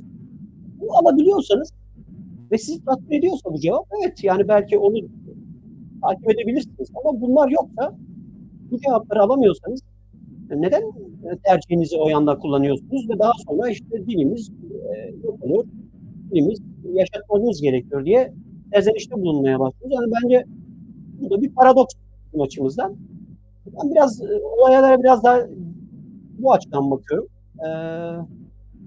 Şimdilik bu kadar. Arkadaşlar detaylara girebilirler tabii. Ama benim düşüncelerim bu şekilde. Evet, çok teşekkür ederim Hüseyin arkadaş. Gerçekten toparladınız. Tabii ki arkadaşlar da değinecek bu soruya. Böylelikle biz komple hem Türkçe sorduk hem cevabını Türkçe verdik. Diğer arkadaşlara da aynı şey yapalım. Programı böyle birkaç soru da toparlayalım. Bu soru tabii ki çok bizi ilgilendiriyor. Çünkü Dezibar'ın var olma nedeni dilimizdir. Bir dil, ayrı bir müstakil bir dilimiz var dediğim bu dilimize sahip çıkma amacıyla biz bunu söylüyoruz. Siyasetimiz bunun üzerinde konumlandırmaya çalışıyoruz. O yüzden şimdi Türkçe çevirdiniz ya, Türkçe'de en fazla zorlanan kişi ben olurum. Çünkü ben biraz yurt dışında çok üzerinde yoğunlaştığım için Türkçem bozuktur biraz böyle. Benim arız görün. Şimdi Diyarbakır'a aynı soruyu size sorarsak Roca Andra. Evet, aynı soruyu bana sorarsanız şunu söyleyebilirim. Zaman zaman denk geldiğim Zaza bölümü okuyan özellikle öğrenci arkadaşlar denk geliyor. Bingöl'de işte ya da Munzur Üniversitesi'nde okuyan öğrenciler. Birkaç tane denk geldi bana Diyarbakır'da böyle. Özellikle şunu sordum ben, yani bir derdini anlamaya çalıştım özellikle o bölümü okuyanlara. Şunu söylediler bana. Biz okuyoruz ama hani okuduktan sonra acaba boşa mı okuduk? Hani sonunda bir gelir kapısı insanların hayatını idame ettirebilmeleri için bir gelir kapısının olması lazım. Zazaca bölümü bu anlamda dibi boşaltıldı. Parasal anlamda olarak hani maddi anlamda arka planda insanlar biraz güvensiz bir bölüm olarak gördü. Kimisine belki esnaflıkta, tüccarlıkta uğraşan biri için, hobi olarak okuyan biri için bir etki etmez ama bölüm seçiminde insanların özellikle seçme konusunda yani arkasında işte sonunda meslek sahibi olamayacağım ön yargısı olursa o bölüm zaten istediği kadar okunsun ama yani bir yere kadar gelir. Hani bunu bizim artık biraz şey yapmamız lazım, toparlamamız lazım. Onu da nasıl yapacağız? Benim bununla ilgili hem fikrim hem de çözümüm var kendi açımdan. İnsanların çoğu şu anda oyunlar oynayarak geçen önceki bölümde söylemiştim. Para kazanıyorlar. İşte oyun oynayarak, yayın yaparak para kazanıyorlar. Neden biz Zaza gençlerinin özellikle şu imkan Zaza elit kesiminde vardır yani iş adamlarımızda vardır. Gelip de bir Zazaca gündüz evi, kreş tarzı bir şey yapabilirler. Orada çocuklar eğitim alabilirler. İkincisi canlı yayında mesela hepimiz telefonlarımıza işte ya da kartlarımıza işte ya da bir oyuna vesaire para yatırabilirken bu TikTok'ta yani insanlar para kazanıyor. Facebook'tan, YouTube'dan yani platform sayısını artırabiliriz. İşin teknolojik kısmında ben sosyal medya uzmanı olduğum için bir ön izleme yapabilirim bu anlamda. Yani mesela gençlerimiz mezun oldu. Oradan hiçbir şey yapamadı. Biz bu gençlere kendimiz biz genç olarak, siz büyüklerimiz olarak yani ne kadar Zaza varsa ya da Zaza gönüldaşı varsa illa Zaza olmasına gerek yok. Bu arkadaşlarımıza bir destek olmalıyız. Özellikle canlı yayın yapsın, eğitim versin. Şu anda EBA dediğimiz bir canlı yayın platformu var değil mi ülkemizde? Koronadan dolayı çoğu kişi EBA'dan işte Zoom programından eğitim alıyor. Yani biz bunu Zazaca için niye yapmayalım? Hepimizin cebinden 1 lira 2 lira çıksa toplansa Zazaların sayısı az mıdır? 1 milyon Zaza olsa biz Zaza öğretmenlerini doyuramıyor muyuz ya? Vallahi doyuramıyorsak yazıklar olsun bize. O gençlerimizin emeğini, o göz nurunu biz yani yok edilmesine göz yumamayız yani. Bu bize ağır gelir yani. Bu Evet. konu çok dokunuyor yani eğitim denince Zaza dilinde. Bu konu özellikle beni çok yani üzen bir durum. Rocan arkadaş bu tabii ki siz gençsiniz. Sosyal medyada çok aktifsiniz. Dile getirdiğiniz o ağların isimleri herhalde YouTube'da bizim başımıza sorun açmaz, kanalımızı kapatılmaz. Yok. Reklama girdi gibi bir şey oldu. Herhalde olmaz inşallah. Öyle bir Yok, uyarı yok. almıştım geçenlerde. Yok hayır. O Evet. platformun şeyi falan o ayrı bir şey. Yani mesela bir resmini, videosunu vesaire bir şey kullanırsa Hüseyin abi de bu konuda uzman. O konuda sıkıntı Anladım. yok. Tabii. Telif Berhudar'e teşekkür kına. Sonra na persi tuebone. Yani başka eklemek istediğin bir şey var mı bu soruyla ilgili? Bu soruyla ilgili yani ekleyeceklerim şu anda çok fazla ekleyeceğim açıkçası bir şey yok. Sizin soracağınız bir şey varsa ya da yorumda arkadaşlarım biri şey sormuştu. Bir soru Ben soruları sormuştu. özellikle sormuyorum. Soruları sormuyorum. Evet. Çünkü programı moderatörler yönetir. Sorular evet. Yönetmez. O özellikle de rica ettim. Dedim ki Hı hı. sorularınızı son kısmında sorun arkadaşlar. Şimdiden Evet. sormuşlar. Çoğularını gördüm. Değerli sorulardır ama ben şimdi arada soramam yani. Önce konuklara söz hakkı veriyoruz. Onlar konuşuyor. Ondan sonra Onlara- sorularınızı alırım. Aynen. Diğer arkadaşlar Ali abiye söz verin isterseniz. Çünkü zaten zamanımız da kısıtlı herhalde. Ben Evet. en azından diğer arkadaşlarımız söz hakkı alsın, programı güzel bir şekilde bitirelim. Teşekkür ediyorum efendim. Evet. Bu arada şunu ben teşekkür ederim. Bu arada şunu söyleyebilirim. İlhami arkadaş diyor ki ben ne yaptıysam bugün iyi gelemedim diyor YouTube'dan. İlhami arkadaş sen YouTube'dan geliyorsan zaten iyi gelemezsin. Burası Facebook'tu şu an. YouTube'a yarın geçersin. Sen benim hesabımdan gelsene. Sana şeyden gel. Face'ten gel. Sana gönderdiğim ne diyoruz? Linki Face'ten al gel. YouTube'dan gitme. Sen YouTube'a belki üye bile değilsin. İkide bir seni düşürüyorlar o yüzden. Ali arkadaş, tabii ki siz yurt dışındasınız. Ülkeyi yurt dışında bazen izlemek, bazen duygusallık verir, bazen acayip bir şey oluyor. Ben de kaldım. Yani hakikaten Almanya'dan baktığında Türkiye nasıl görünüyor? Bu kadar herkes Ay'a giderken bizimkiler daha Ay vaat ediyorlar. Herkes artık gazdan vazgeçerken bizimkiler bir yerde derinliklerde işte gaz bulmaya çalışıyorlar. Herkes daha fazla seslilik, daha fazla böyle demokrasi. Örneğin senin yaşadığın Fransa'da, Almanya'da, Frankfurt'ta 50 tane e, 50 tane dil bilimcisi demeyelim. 50 tane 50 kişi herhangi bir milletten gidip dese ki Eğitim Bakanlığı'na biz burada bir dernek açarız. Orada ana dilimizde eğitim görmek istiyoruz. 50 kişi gitmesine gerek yok. Bir heyet yeterlidir. 50 kişilik bir çocuk grubuna ders vermek için. Hemen o izni alır falan. Ama Türkiye'de maalesef işte milyonlarca insan yaşıyor. Hepsi de vergimizi ödüyoruz. Hepimiz vergimizi ödüyoruz. Askerlik yapıyoruz, iş kuruyoruz, otel kuruyoruz, vergi veriyoruz. Yani neredeyse tükürdüğümüzün de vergisini veriyoruz bu ülkede.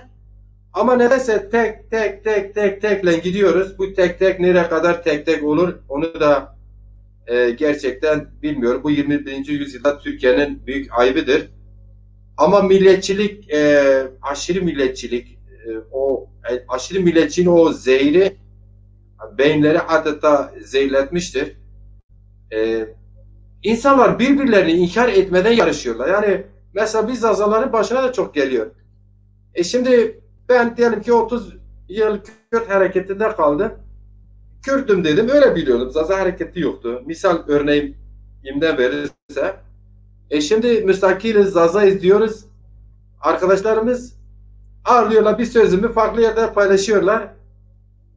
İşte dün Kürt'tü bugün Zaza'dır falan. Yani hemen düşmanlık besliyor. Hemen cephe alıyorlar. Yani çok böyle ilginç bir şey. Yani bu nereden bulaştı bize? Yani bu hastalık nereden bulaştı? Yani şimdi neredeyse öyle bir noktaya getiriyorlar bazıları. Bu tabii ki ya bazıları çok böyle nasıl diyeyim Ali arkadaş? Çok cahilliğinden dolayı böyle davranıyor. Bazıları da işte Türkiye'deki egemen sistemin işte oluşturduğu işte kurumların rantını elde etmek için, ona sahip olmak için o 90 küsur yıldır kurulan sistemi böyle yapışmış duruyorlar. Kim onu çok daha fazla savunursa o kadar daha fazla imkan sahibi oluyor. Siyasette mekan sahibi oluyor. İşte toplumda itibar sahibi oluyor. Bu nedir yani? Nasıl bir durumdur yani? Şimdi ana dilimizde eğitim görmek istiyoruz.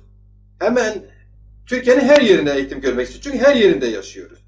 Örneği var bunun dünyada. Yani İsviçre'ye bakıyoruz. Ben programa başlamadan önce bakıyorum 1848'de konfederal bir devlet olarak kurulmuş. Oradaki Almancasını yedirmemiş. Resmi dildir İtalyan öyle, Fransız öyle. Şimdi mesela diyelim ki ben Elazığlıyım. Ya, Elazığlılar komple üniversiteye kadar okusalar, bitirseler, meslek sahibi olsalar, Zaza diline pazarı olursa Türkiye'nin neresinden böler? Yani tam ne kadar küçülttü Türkiye'yi. Yani bu binada herkes kendi kirasını veriyor. Herkes kendi kazancını getirip markete gidip parayla alıyor, pazara gidiyor. Yani biz mesela bu dünyada eşit, kardeşçe, hani kardeşçilik biraz demagojidir de eşit olamaz mıyız? Bu soruya böyle biraz da böyle baksak, derinlemesine baksak ne dersin? Şimdi sen bayağı bir geniş bir soru mu oldu? Anlattın mı? Ben tam şey yapmadım ama baştan o girişte dedin ya Almanya'dasın orada durum nedir falan diye. Aklıma benim bir yaşadığım güzel bir olay geldi. Dinleyiciler de belki oradan bir şeyler çıkardılar, anlatayım. Böyle 12 yıl önce Almanya'ya geldim ben. Tabii Almanya'ya geldiğiniz zaman elenerek geldim. Hükümet size aile kurduğunuz için, yaşamınızı düzenlemeniz için size yardımcı oluyor. Yani, dil konusunda, yaşam, iş, her türlü konuda yardımcı oluyor. Tabii bu yardım sürecinde de pedagog dediğimiz ya da işte sizi yönlendirecek kişi olarak kişiye yönlendiriyor. Biz bir kuruma gittik, devlet kurumuna bizi yönlendirmesi için bir pedagog olarak. Böyle eşimle birlikte duruyordum. Adam sordu. Dedi hangi dilde hizmet istersiniz? Tabii şimdi Ali Türkiye'den arkadaş. gelmiş biri olarak ben bu soru bana tuhaf geldi. Hangi dilde hizmet istersiniz? Ben eşime baktım, güldüm böyle. O da tabii anladı benim hani tuhaf karşıladığımı. Dedim Zazaca olsun. Aslında ben Zazaca da bilmiyordum. Yani ilk geldiğimde Almanya'ya Zazaca çok iyi bilmiyordum. Konuşamıyordum. Anlıyordum biraz ama tam konuşamıyordum. Espri olsun diye ben de Zazaca dedim. Duyuyor musunuz? Ses geliyor mu Ali arkadaş? Sesin Ses geliyor mu? Seninki de geliyor senin cihazında yani senin kulaklığında mı artık nedense eko çok fazla. Biraz ses istediğimiz kadar güzel gelmiyor. Sayın Dilaver Eren Başkan da uyarıyor diyor Ali arkadaşın sesi net gelmiyor. Şimdi bir konuş. Acaba internet Boğuk geliyor biraz, boğuk geliyor. Mi? İki kamera, iki Yani mikrofon varsa iki mikrofondan yapar. İki mikrofonun varsa bir tanesini aktif et. Yok, sadece bu kullandığım var, başka yok. Şu anda iyi mi? Geliyor Evet. mu? Biraz şeyden geliyor, böyle boğuk geliyor. Yani Hemen dipten aynı. geliyor. Ali Bıra şöyle yapalım mı? Şöyle bir önerim olacak. Önce kulaklığı ve mikrofonu çıkara direkt bilgisayarın veya telefonun şeyini kullan. Bir öyle deneyelim. Tamam. Şu an sesim nasıl? Şu an Bir güzel. daha konuş Ali Bıra. Bir daha konuş Ali Bıra. Sesim geliyor mu? Geliyor mu? Evet, çok daha iyi. Daha iyi. O zaman ben Yani bunu kullanmıyorum yani. Buna ihtiyaç yok. daha iyi olur çünkü orada şey geliyor. Ses Tamam. derinden geliyor. Kuyudan ses gelir gibi geliyor böyle. Ondan oluyor galiba. Tamam. Nerede kalmıştım? Evet. Kurumda espri olsun diye Zazaca istiyorum dedim yetkiliye. Tamam dedi. Ben orada şok oldum tabii. Beni bir pedagoga gönderdi. Pedagog da Dersimli bir Zaza'ydı. Oraya gittim. Tabii ondan Zazaca fazla bilmediğim için Zazaca'yı merhaba falan ettik ama ondan sonra anlaştık yani. Türkçe anlaştık. Demek istediğim yani Almanya'da durum bu. Tabii sadece bu dil konusunda, buradaki sosyal yaşam, sosyal düzen konusunda Macirler sen de biliyorsun zaten yaşamışım burada. Türkiye'den gelen biri için köyden şehire gelmiş gibi hissediyor insan çoğu şey orada. Yani nereden gelirsen gel, ister İstanbul'dan gel, ister Antalya'dan gel, Adana'dan gel, istersen ücra bir Hakkari'den gel, fark etmez. Avrupa'ya geldi, özellikle Almanya'daki bu sosyal düzeni gördüğün zaman kendini köyden şehre gelmiş gibi hissediyorsun. Sadece bu yaşam standartı değil, yani buradaki sistemin işleyiş biçimi de insana çok tuhaf geliyor, çok değişik geliyor diyelim. Almanya'da durum bu yani. Burada tabii dediğin gibi okulda 10 tane öğrenci varsa herhangi bir okuldan ana dilde eğitim talep edebiliyorsun. Eğitim veriyorlar yani. Okulun nerede olduğu, hangi okul olduğu da önemli değil. 10 öğrenciyle eğitim talep edebiliyorsun. Bu değer okulda birçok dilde eğitim veriliyor, ana dilde eğitim. E, Seçmeli derslere gelin. Avrupa'da anlatacak aslında çok uzun bir hikaye Avrupa. Yani burada Almanya'daki durum geniş bir hikaye olduğu için daha çok Türkiye'deki partinin ya da bizim bu seçmeli derslere dair ne düşündüğümüzde konusunda bir şeyler söyleyeyim. Şimdi seçmeli derslerin aklı başında Türkiye'yi analiz edebilen, yani orada asimilasyonun farkında olan herhangi bir insan aslında seçmeli derslerle bir dilin kurtulamayacağını, yaşama şansının uzun vadede olamayacağını farkına vardı yani. Ha, şu anki bizim seçmeli derslerden beklentimiz ben Zaza halkını hücreye atılmış bir tutsak gibi düşünüyorum. Örnek vermem daha açıklayıcı olsun diye. Bu tutsak hücresine kapatılmış bir tutsak, yani Zaza halkı.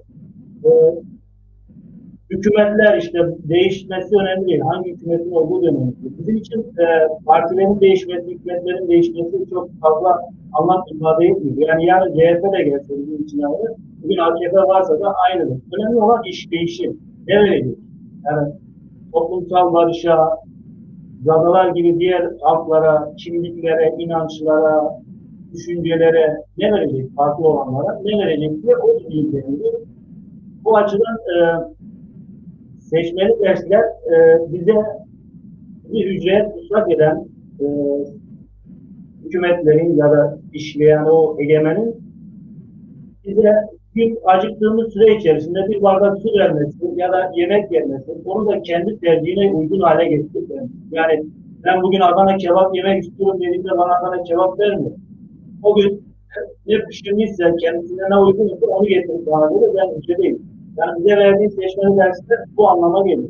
Yani insanların anlayabilmesi için böyle örneklendiriyorum ki, yani seçmeli dersler, üniversitede bölümlerin açılması, çünkü bir dile aşı yapılacak, yani ana vatanında, ana yurdunda yapılacak en büyük saygısızlık ona bir şekilde davranmaktır. Yani hücreye kapatıp istediği zaman ölmemesi için, yani ölmesin ama yaşasın, hücrede yaşasın. Ve yemekler aynı şekilde yani egemenlerin, yani hükümetlerin ya da yönetimlerin gazalara bakış açısı budur. Burada çözüm ne? Çözüm yani aslında bizim Türkiye'deki gaza halkının ilk sorunu işsizlik sorunu olan ya da işte alın terini karşılanmayan bir emekçi ya da iş güvencesi olmayan bir işçi, üniversitede ya da okulda gelecek kaygısı olan öğrencinin sorunlarıyla farklı sorun değil aslında. Yani bütün sorunlar aslında birbiriyle bağlantılıdır. Yani bu sorunlar çözülmeden aslında o sorun da çözülmez. Yani demokratik aslında ya da toplumsal barış aslında her şey yönetilecek. Ahlaklı, ilkeli bir siyasete yönetilecek. Toplumların birbirinin haklarına saygı duyacağı bir evrensel insan haklarının değerlerini yaşatabileceğimiz bir var olmakla tartışılabilecektir. Yani biz şöyle düşünmeyelim. Gazalar tek başına kendi dillerini işte anayasal güvenceye aldıklarında ya da gazalar kendilerine okul açabildikleri zaman, zorunlu ders olduğu zaman gazalar kurtulacak anlamında düşünmemek lazım. Bütün sorunlarıyla birlikte düşünmek lazım. Türkiye açısından yani bütün sorunlar aslında biri çözülürse aslında özgür de çözülür.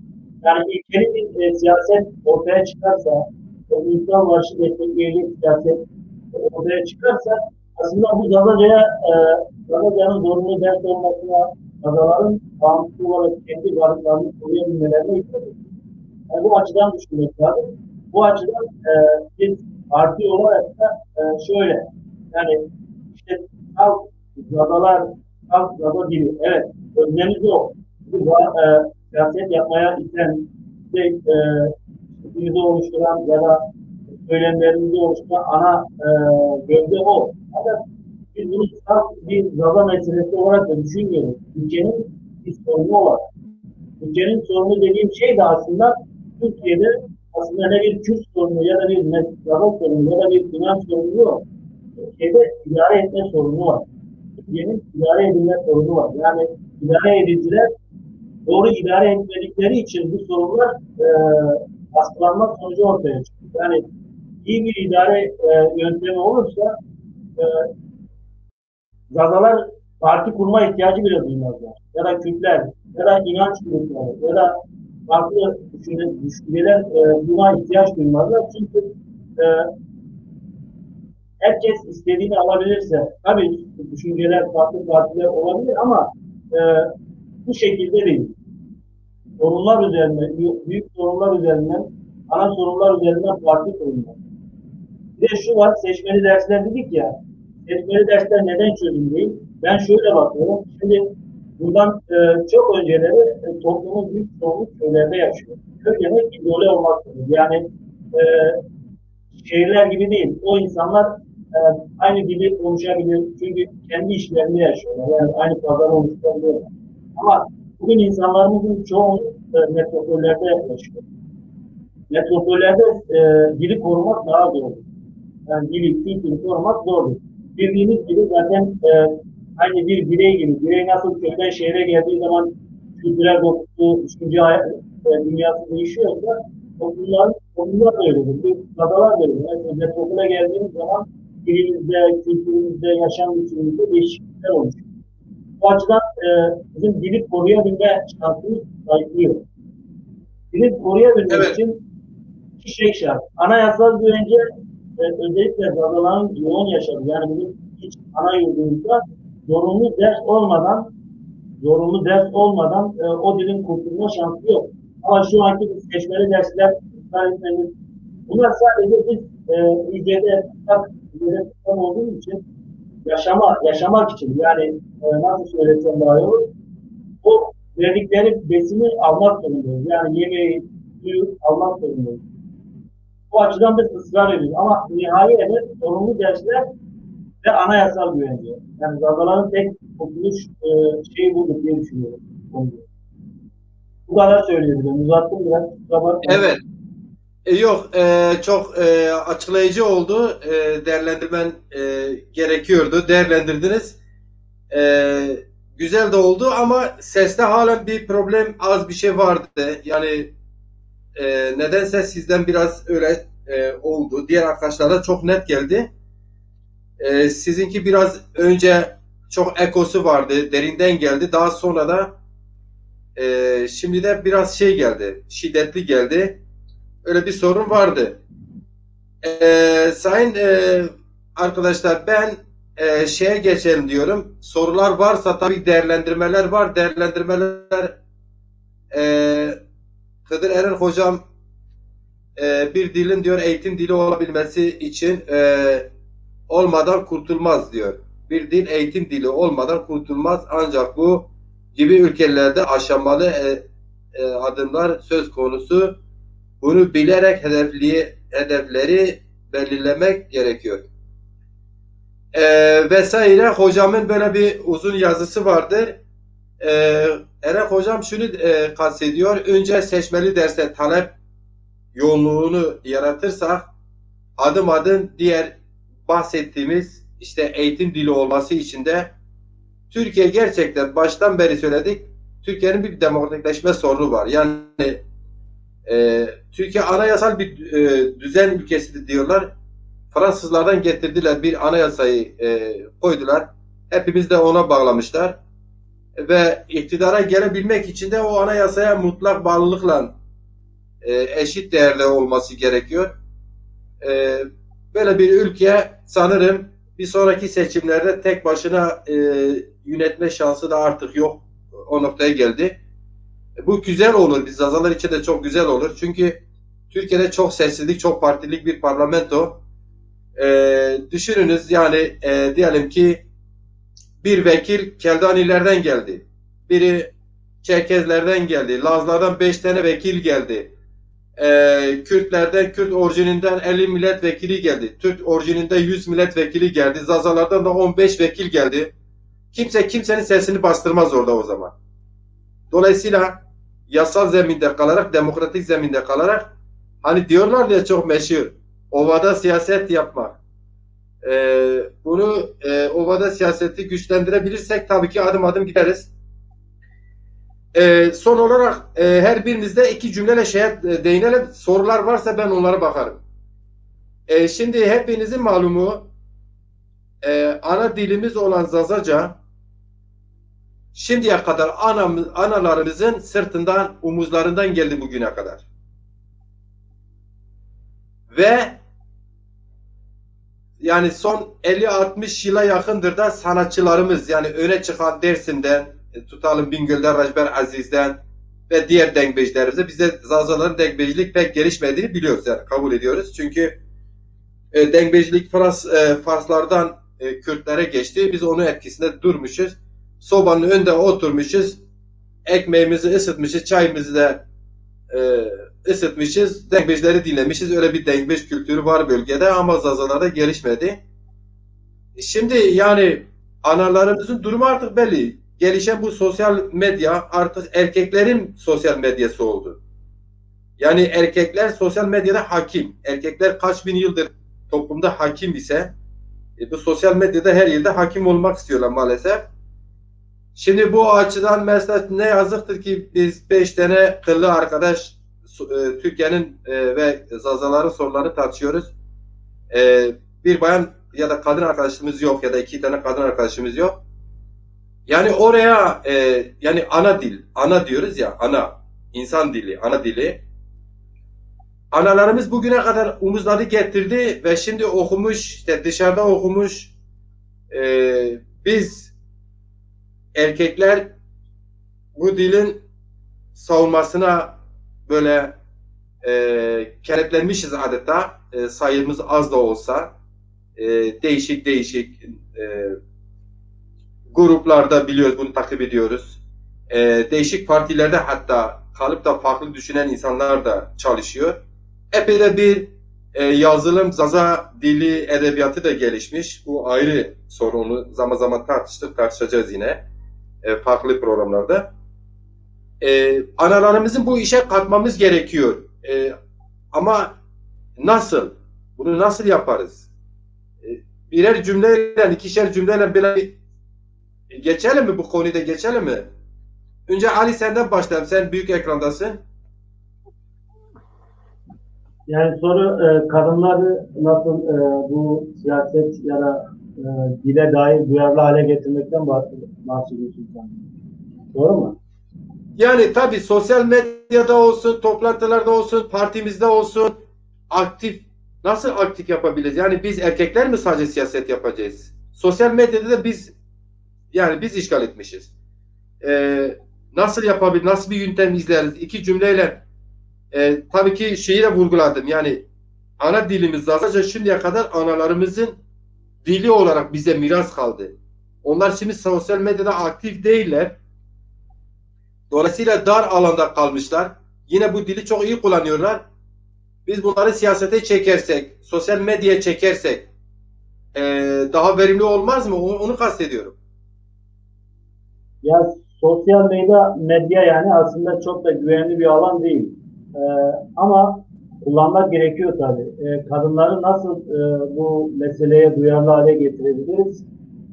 Onun için aslında farklı bir politika gitmek gerekiyor. Yani o insanlara bir şey sunmak gerekiyor. Yani kadın bu çalışmaya neden dahil olmalı? Bunu doğru anlatmak gerekiyor.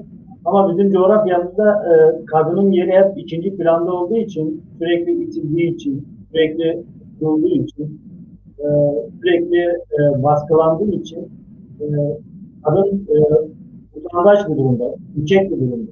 Anlıyor musun? Bunu aşabilmek için ya da onlara bunu sunabilmek için doğru bir politika gitmek gerekiyor. Yani kadının aslında ne kadar değerli olduğunu, varlığının aslında toplumdaki yerinin ne kadar değerli olduğunu, aslında toplumdaki yerinin tüm toplumlara neler kattığını doğru anlatmak lazım.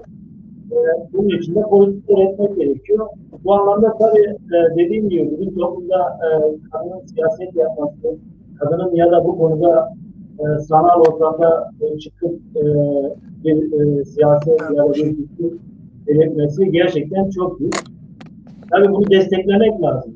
Yani biz erkekler olarak sürekli her bulduğumuz meydana koştuğumuz için, her bulduğumuz boş alanı doldurma hevesinde olduğumuz için tabii kadınlar da sürekli bir kendilerini itilmiş, ötekileştirilmiş durumda hissediyorlar. Bu açıdan bizim biraz da kendi üzerimizden bu konuyu düşünmemiz gerekiyor. Yani biz gerçekten onlara bu fırsatı veriyor muyuz? Bu imkanı veriyor muyuz diye. Bir de dediğim gibi onlara alan yaratmamız gerekiyor. Yani kadınların siyaset yapabileceği, yani gaza kadınlarının kendi dillerine ve kültürlerine dair çalışmalar yapabilmeleri için alan yaratmamız gerekiyor. Diyebileceklerim bunlar yani. Aslında bir kadın olsaydı kendisi ifade edebilseydi daha iyi olurdu. Ona karşılıklı bir ifade edip tartışma biçimi şekli oluşturabilseydi daha iyi sonuçlar çıkabilirdi. Ben kadınlar adına konuşmayı pek doğru bulmuyorum. Yani kadınlar şöyle yapmalı, böyle olmalı diye benim öyle pek üstten baskıcı bir yapım olmadığı için genelde kadınlar acaba durumları ne? Onlardan daha iyi anlayabileceğini sanmıyorum yani. Bu açıdan biz daha çok onlara bir alan yaratmak. Yani mesela şimdi senin burada oluşturduğun bir platformda bizim 4 erkek yerine 4 tane bayan davet edip onların kendilerinin ifade etmeleri. Çünkü bir erkeğin kadının durumu, psikolojisi, beklentilerine dair yorum yapması aslında abes yani. Ancak o kendisi yorum yaparsa belki biz oradan bir analiz çıkarabiliriz, bir şeyler çıkarabiliriz. Yani yoksa onun aksinde durumda biz pek bir şey söyleyemeyiz yani. Yarın zaten Gülay abla çıkacak programına. Umarım ilk programına çıkan ilk bayan oluyor. Ondan sonra bakalım belki o cesaret verecektir. Başkaları da çıkacaktır. Biz de dinleyeceğiz yani. Kadınlar siyaset hakkında ne düşünüyor ya da kadınların beklentileri neler? Ne söyleyeceklerim bu kadar yani. O konuda fazla bir şey söylemek istemiyorum. Teşekkür ederim. Evet. Hüseyin arkadaşa geçersek aynı soruyu Hüseyin arkadaşa da söyleyeyim. Hüseyin arkadaş zaman almasın diye soruyu tekrar etmeyeyim. Siz zaten Tamam. sanırım soruyu dinlediniz. Evet. Evet. Yani ben soruya önce şöyle başlamak istiyorum da şimdi sosyal medyada aslında sosyal medya ben önemli bir alan olduğunu düşünüyorum. İnsanların birbirine dokunduğu, farklı kültürlerle etkileşimde olduğu, dünyada neler döndüğünü aslında evimizde oturup anlayabiliyoruz. Çok da zaman kaybetmeden. Elbette tabii ki gezip dolaşmak ayrı bir şey ama bu anlamda sosyal medyanın çok etkili bir alan olduğunu düşünüyorum ve çok da belirleyici bir alan olduğunu düşünüyorum. Her anlamda belirleyici bir alan olduğunu düşünüyorum. Şey konusuna katılmıyorum. Yani kadınlarımız sosyal medyada çok aktif değil. Bilmiyorum tabii bu benim çevremde hiç durum öyle değil. Halbuki tam tersi benim çevremde kadınlar daha aktif. Yani ben sosyal medyada kadın arkadaşlarımız daha aktif olduğunu görüyorum ve çok da yaratıcılar. Bu anlamda bir eksiklik, bir fazlalık görmüyorum. Bu dil sorunu da bence kadın veya erkek sorunu değil tabii ki. Biz insan olarak bakmak zorundayız. Bir insanlık sorunu, bir demokratikleşme sorunu. Bu anlamda kadınlarımız, yani dilimizle kadınlarımızın omuzunda geldi kısmına da ben çok katılamıyorum. Çünkü bu dil meselesi, ana dil meselesi evet yani kadınlarımız annelerimizden öğrendik başlamaya. İlk önce annemizin karnında başladık hayal kurmaya, onun düşüncelerini hissetmeye, o dilde başladık. Evet bu etkili ama yani hani sosyal medyaya bence kadınlarımızı nasıl çekeriz? Bence kadınlarımız aslında erkeklerden çok daha iyi kullanıyorlar sosyal medyayı. Aslında biz soruyu şöyle değiştirelim. Biz erkeklerimizi nasıl sosyal medyaya çekebiliriz? Onları nasıl eğitebiliriz? Bence problem burada. Ben kadınların tabii ki elbette herkesin eksikliği var. Kendini geliştirmesi gerekiyor. Ama Bence burada sorun kadın sorunu değil, erkek sorunu. Öncelikle çok samimi olalım. Yani şurada programa katılıyoruz. Hepimizin annesi var, eşi var, kız kardeşi var. Şimdi yani bu anlamda sizler, bizler hepimiz biliyor muyuz? Onlar kendileri özgürce gelip burada konuştuklarında biz erkekler olarak hani bu konudan rahatsızlık duymamalıyız. Ama ben eminim ki şu an bizi izleyenler dahil olmak üzere çoğu bu konuda rahatsız oluyor. Yani işte bakış açısı bu. Yani bizim kendimizi değiştirmemiz gerekiyor erkekler olarak. Erkekler aslında değişip dönüşürse bence kadın sorunu da çok fazla kalmayacaktır diye düşünüyorum ama tabii bunun başka politik ve faktörleri de var. Bu anlamda hani parti çalışmasına kadınların katılımını yoğunlaştırmak anlamında evet yani bireyler biraz dediğim gibi bireyler biraz bilinçlendirilmeli. Şimdi siz kadına evde çocuk bakmak, yemek yapmak, işte çocuk emzirmek, çocuk doğurmak bu işleri yüklediğiniz zaman bu kadın sosyalleşmek için yani ne zaman fırsat bulacak ki sosyalleşmek? Biz erkekler çıkıyoruz. Kahveye giden oluyor veyahut işte bilgisayarımızı açıyoruz. Sosyal medyayı aramaya başlıyoruz veya kumandayı alıyoruz. Televizyonun karşısında bekliyoruz ama o arada annemiz, kardeşimiz, bacımız ya bize çay yapmakla meşgul ya evi toplamakla meşgul. Yani dolayısıyla biraz gerçekçi olalım. Ben bu anlamda kadınların hiçbir eksikliğinin olduğunu bilakis bizlere çok şey öğreteceklerini düşünüyorum. Ama biz yeter ki hayatı onlarla paylaşmayı öğrenelim. Onlara bu alanları açalım. Ben böyle bir sorun olduğunu düşünmüyorum. Yani öyle özel bir sıkıntı olduğunu düşünmüyorum. Ana dille alakalı konuştuk zaten yapılması gerekenler. Ben sosyal medyanın çok aktif olmasından yanayım. Şey konusunda da katılıyorum. Roja'nın örnek verdiği TikTok konusu. Belki şöyle düşünebilirsiniz. Ben TikTok'un Türkiye ofisiyle aynı plazada çalışıyorum. Onlarla da işlemiştim. Uzak Doğu şirketi TikTok. Onların stratejilerini, yaklaşımları ve Uzak Doğu'da da ne kadar popüler olduğunu biliyorum. Şimdi olay şöyle aslında. Belki biraz böyle kalite olarak belki bir tık aşağı gözlemleyebiliriz. Çünkü insanların bakış açıları farklı. Yani şu an sosyal medyayı da sınıflandırdık. Biraz daha Twitter ve Instagram daha böyle elit, daha entelektüel. Facebook biraz daha böyle işte yol geçen hanı. İşte TikTok tam böyle berduş takımının takıldığı yer falan gibi kafamızda şekillendirmişiz sosyal medyayı. Aslında bunlar bizim kafamızda olan şeyler. Halbuki TikTok'ta dünyaca çok ünlü bir uygulama. Sadece TikTok için söylemiyorum bunu. Diğer uygulamalar için de söylüyorum. Dolayısıyla biz her alanda, her fırsatta bu sosyal medyayı kullanabilmeliyiz. Biz neye için kullanırsak o bize o yönde hizmet eder. Biz bunu haylazlık için kullanırsak haylazlık yönünde hizmet eder. Ama biz bunu kendi dilimizi, kültürümüzü yaymak ve genişletmek ve bunu işte sesimizi duyurmak, bir şeyler üretebilmek adına yaparsak bu anlamda hizmet eder. Dolayısıyla ben sosyal medyanın bu anlamda bütün kanallarının hiç fark etmez aktif bir şekilde kullanılabilir. Bu anlamda da madem bu kadar Zaza Genci orada böyle bir community kurmuş. O zaman bu da bize bir ödev olsun. Bizim de bir an önce parti hesabı açıp en azından oradaki Zaza gençlerimizin bu community'ne katılmak, onlarla beraber bu anları keyfini çıkaracağız. Bilinirliğimizi arttıracağız. Onlar da evet bakın böyle bir partimiz varmış.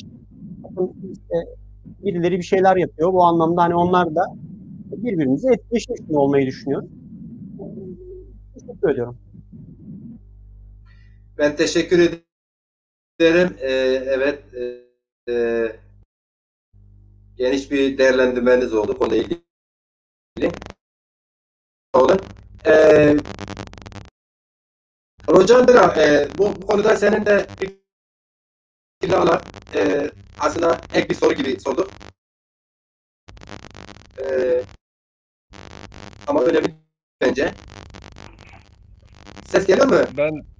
Evet, evet, geliyor ses. Şimdi kısaca özetlemek gerekirse Hüseyin abinin dediklerinin çoğuna katılıyorum zaten. Biz biraz toplum olarak kadınları geri planda itiyoruz açıkçası. Yani bir akrabamız, yakınımız gelirse aslında sosyal medya ne kadar güvenli onlar için biraz ondan dolayı endişe ediyoruz toplum olarak. Ondan dolayı yani biraz geri plana itiliyor. İnsanların, özellikle biz erkeklerin herhalde zihinlerinden kaynaklı bir sıkıntı. Biraz biz geri plana itiyoruz ve kadınlar için acaba onlara herhangi bir laf gelir ya da işte ne gözle bakılır diye biz güvensiz olduğumuz için açıkçası ondan dolayı biraz sosyal medyadan çekiniyoruz kadınlar açısından. Yalnız sosyal medyada da çok aktif kadınlar Zazaca için illa parti üyesi olmasına gerek yok. Yani bayağı aktif olarak Zazaca dilinde çalışmalar yapan insanlar var. Örnek mesela tiyatro, Gım Gım tiyatro ekibi var İzmir'de mesela, severek takip ediyoruz. Zeynep Çetinkaya mesela. Bunlara örnek ve emsal olarak gösterilebilir. Kendisi başarılı bir tiyatrocu ve Zazaca mesela tiyatrolar yapabiliyor ve ben çok da başarılı buluyorum. Başarılarının devamını diliyorum onun. Onun dışında mesela Zazader, Gülkapar mesela, onlar da bu konuda aktif çalışmalar yapıyor, gençleri eğitiyor falan. Mesela bu konuda da ben onları çok başarılı buluyorum. Sosyal medya konusunda baktığımız zaman Hüseyin abinin dediği gibi TikTok'ta özellikle, yani şu anda parlayan bir platform. Facebook, Twitter vesaire bir kenara da orası şu anda biraz böyle parlayan bir bölüm ya da gibi sosyal medya platformu. Mesela Yakup Koçak geçenlerde oraya geldi. Kısa bir süre içinde takipçilerini falan artırdı ve Zaza gençleri inanılmaz bir şekilde böyle bir reaksiyon göstererek onu takip etmeye başladı. Ve kendisi de canlı yayın falan yapıyor bazen. Biz severek takip ediyoruz. Yani bu anlamda da güzel gelişmeler oluyor ve biz gençlerin ya da işte Facebook'u kullanan özellikle büyüklerimizin, küçüklerimizin şayet bu konuda destek olurlarsa daha iyi yerlere gelebileceklerini, daha kolay örgütlenebileceklerini düşünüyorum. Kadınlar konusunda da dediğim Evet. gibi hani olayı toparlamak gerekirse biz biraz geri planda bıraktık diyebilirim. Yine onların 8 Mart Dünya Kadınlar Günü'nü kutluyorum. Yani söyleyeceklerim bu kadar. Fazla da uzatmadan. İlhami abi de sabahtan beri bekliyoruz onu. Biraz ona da söz hakkı verelim. Birkaç cümle. Bence kendisi söylesin. Özellikle siyasete yıllarını vermiş birisi kendisi de. Teşekkür ederim. Evet. Ben teşekkür ederim. Rocan arkadaş, çok teşekkür ederim. İlhami arkadaş hoş gelmiş. İlhami arkadaş, tekrar hoş geldin. Ben şöyle diyeyim sana. Gerçekten talihsizlik oldu. Herhalde sen önce YouTube'dan geliyordun. Şimdi sen tabii ki Bingöl'den Diyarbakır'a gitmek istedin ya da Diyarbakır'dan Bingöl'e gelmek istedin. Oradan gelse kısa olurdu ama sen gittin Maden'den Elazığ'a, oradan Bingöl'e geçmek istedin. Olmadı. Hoş geldin. Diğer o soruları arkadaşlarımız hep birlikte cevap verdiler. Değerli cevaplarını aldık. Son soruyu sana da soralım. Yani sen siyasette kadının yerini nasıl bulursunuz? Kadınlarımız nerede? Ne yapmaları lazım? Biz kadınları, gençleri kadınlarımızı, gençlerimizi nasıl katabiliriz harekete? Hoş bulduk diyorum Bran. İlk önce yarın 8 Mart Dünya Kadınlar Günü'dür. Önce eşimin ve kızlarımın ve bütün dünyadaki kadınlarının 8 Mart Kadınlar Günü'nü kutluyorum.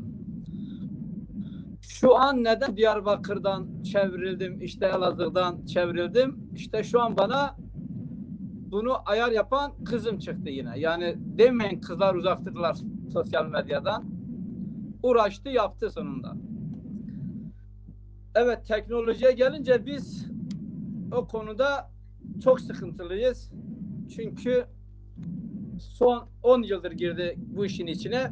Pek de beceremiyoruz eski kafalı olduğumuz için. Şimdi ben aslında 3 tane soruna cevap vermek istiyorum. kimse de yanlış anlamasın burada. Örnek olarak Tabii. Partimizin sosyal medyayla ilgili bağlantılarını işte bak gördüğünüz gibi 4-5 tane çok delikanlı genç arkadaşımız var. İnşallah bunlar bundan sonra daha da eğilirler bu işte. Hepimize de kolaylıklar sağlarlar. Örnek vereyim. Şimdi beni de yanlış anlamaz. Zeki Zazai. Şimdi ben o arkadaşı son 3 yıldır tanıyorum. Gerçekten kıpır kıpır bir arkadaş, bir şeyler yapmak istiyor. Sosyal medyayı kullanarak bazen görüşüyoruz. Örneğin ona 50 tane genç teslim edebiliriz. Yani şöyle partinin 50 tane pırıl pırıl gencini Zeki Zaza'ya teslim edeceğiz. Onlar kendi dalında. Hüseyin arkadaşa 50 tane daha ılımlı genci, daha böyle biraz hani 20-30 yaş arası genci teslim edeceğiz. O da onlarla. Rojan arkadaş çok donanımlı, aynı bir teknikerdir. Ben Ankara'da genel merkezde bizim sitemizi okurdu ilk yıllarımızda. Çok zamanını aldım. Yine böyle becermiyordum bazı işleri. Sağ olsun Diyarbakır'dan giriyordu. Ankara'da bana bütün ayarları yapıyordu. O bazı kolaylıklar yani Yargıtay'la bağlantı kurabilmemiz için. Onun için zaten Ali Meymandar'da görüyoruz. Avrupa'da maşallahı var. Gerçekten çok güzel kullanıyorlar sosyal medya ama biz yapamıyoruz. Gördüğünüz gibi 2 saattir zor bağlandım. O da kızım geldi bağlantıyı kurdu. Şimdi gelelim ana dil eğitimine. Zaten Hıdır Hoca orada uzun bir yazı yazmıştı. Bence devletimiz ve siyasi partilerimiz bizi resmen oyalıyorlar. Hiç kusura bakmasınlar. Şimdi bir dilin kaybolmaması için evet ev önemlidir. Ana baba önemlidir. Ama derste, eğitimde çok çok daha önemlidir. Mesela biz 7 yaşımıza kadar Türkçe bilmiyorduk. Gittik dayak ye Türkçe öğrendik. Şimdi çocuklarımız ve torunlarımız maalesef ana dilimizden çok uzaklar. Ama son 5 yıldır diyelim, tabii 35 yıldır müthiş mücadele veriliyor emektar zazalar sayesinde. Son 5 yıldır da baya bir eğilim var. Evlerden, mahallelerden, köylerden artık herkes tekrar inşallah ana diline dönecek ve kıymetini anlayacak. Başka soracağınız soru var mıydı? Çok geciktik ancak sizi dinleyemedim. Vallahi gir çık zor ayarladık. Tamam, sen değerli görüşlerini zaten dile getirdin. Başka soracak soru yeniden başa dönmek olur. O da artık programın sonunda biliyorsun mümkün değil. Siz toparladınız. Teşekkür ederim İlhami arkadaş. Dediğiniz gibi yani örgütlenmemiz lazım. Evet. Bizi dinleyen herkese sonsuz teşekkürler. Hatır uçma piyerin ve hak ve helalik ez nişka girmişim. Ez nişka bağlantı kurmuş daha doğrusu. Yok kiye de gişke ve belki internet veya çizuna yol sistemi ezme iten aynı sistemi anlaşılan manişka bağlamıştı. Demek ki biz YouTube'dan girdik. YouTube'da bizi attı durmadan. Sonra sen beni uyarınca Facebook'tan bağlantı kurduk. Hayran Allah yetib, hayran Allah yetib. Ha, tişi çira, tega o Diyarbakır'a o pera mone berono mone kuyara şveri çolik yo saat tişi ameşi maden ejara şi kharpiyet ejara hamaşi gar ejara hona nişçi khartepe ejara şi çolik تعتون أمام ما عجمي هنا عجمي tamam خير وش عملت هو رجع عمل تبشي صارزو تو دري مرة نفجت الناس كيف بيرتا تدماغ أورا غير خارجي راشي tamam çimal miserame ما يبون بيرس أمازون إيسات بيرس إيسا ما بون بيرسونا أجر تشينك سما برامي خو بخين أخذتنز توم بد ساعات و 20 دقيقة مالك برنامج verz niyem saat ma provadır. Bir saat o niyem ne sonra bizi izleyen arkadaşlar, soruları takip eden arkadaşlar var mı? Sormamız gereken soru var mı? Değerlendirmeler epey var. Hepsi de çok değerli değerlendirmeler. Onları okuma şansımız yok. Kekecirun. Ez eşkena Buyur. Türkçük pers. Buyur biraz. Tabii. Emin Zazana yani Merduo Embastı sarısının Merduo Abbas. Emin Çatkın. Rısratan Ambaz. ise ez haylatıyor bername toriyi biraz. Zaf değerli onbaz. Ona xwe bürgen. Yimelatibiyar bine kalfin var. Bine hem siyaset hem zunser. Önemli o arkadaş. Önemli o onbaz. Ona xwe hem bir megmara. Yani o durnu vanuk tiyo o Russian kuyon Diyarbakır'a giren Cemşond yen var kuyora yen var yo ambazo cihat xeftiyen homa serken asla giren uzba me program yo bine müsait be reyna yona genç ma edi dezapar ruj xeftiyen bo xodas ambaz yani Osman ambazo xarpet ramasiyerken Wiz gereka bir program Kodasız göreyi be Koyrt ma kene ma roj verçet sabah gül kopar gül arkadaş sabah mesela roje cinona sabah toriya kalke mazazaki kalke İnşallah. ma bername xo okudukken ben hol inşallah ma vasma zaf kuret Sayın Başkan diyor ki çok başarılı bir program oldu. Teşekkür ederiz başkan. Bizi şimdiye kadar izleyen bütün arkadaşlara ama bütün arkadaşlar, hocalarımıza sonsuz saygı ve sevgiler.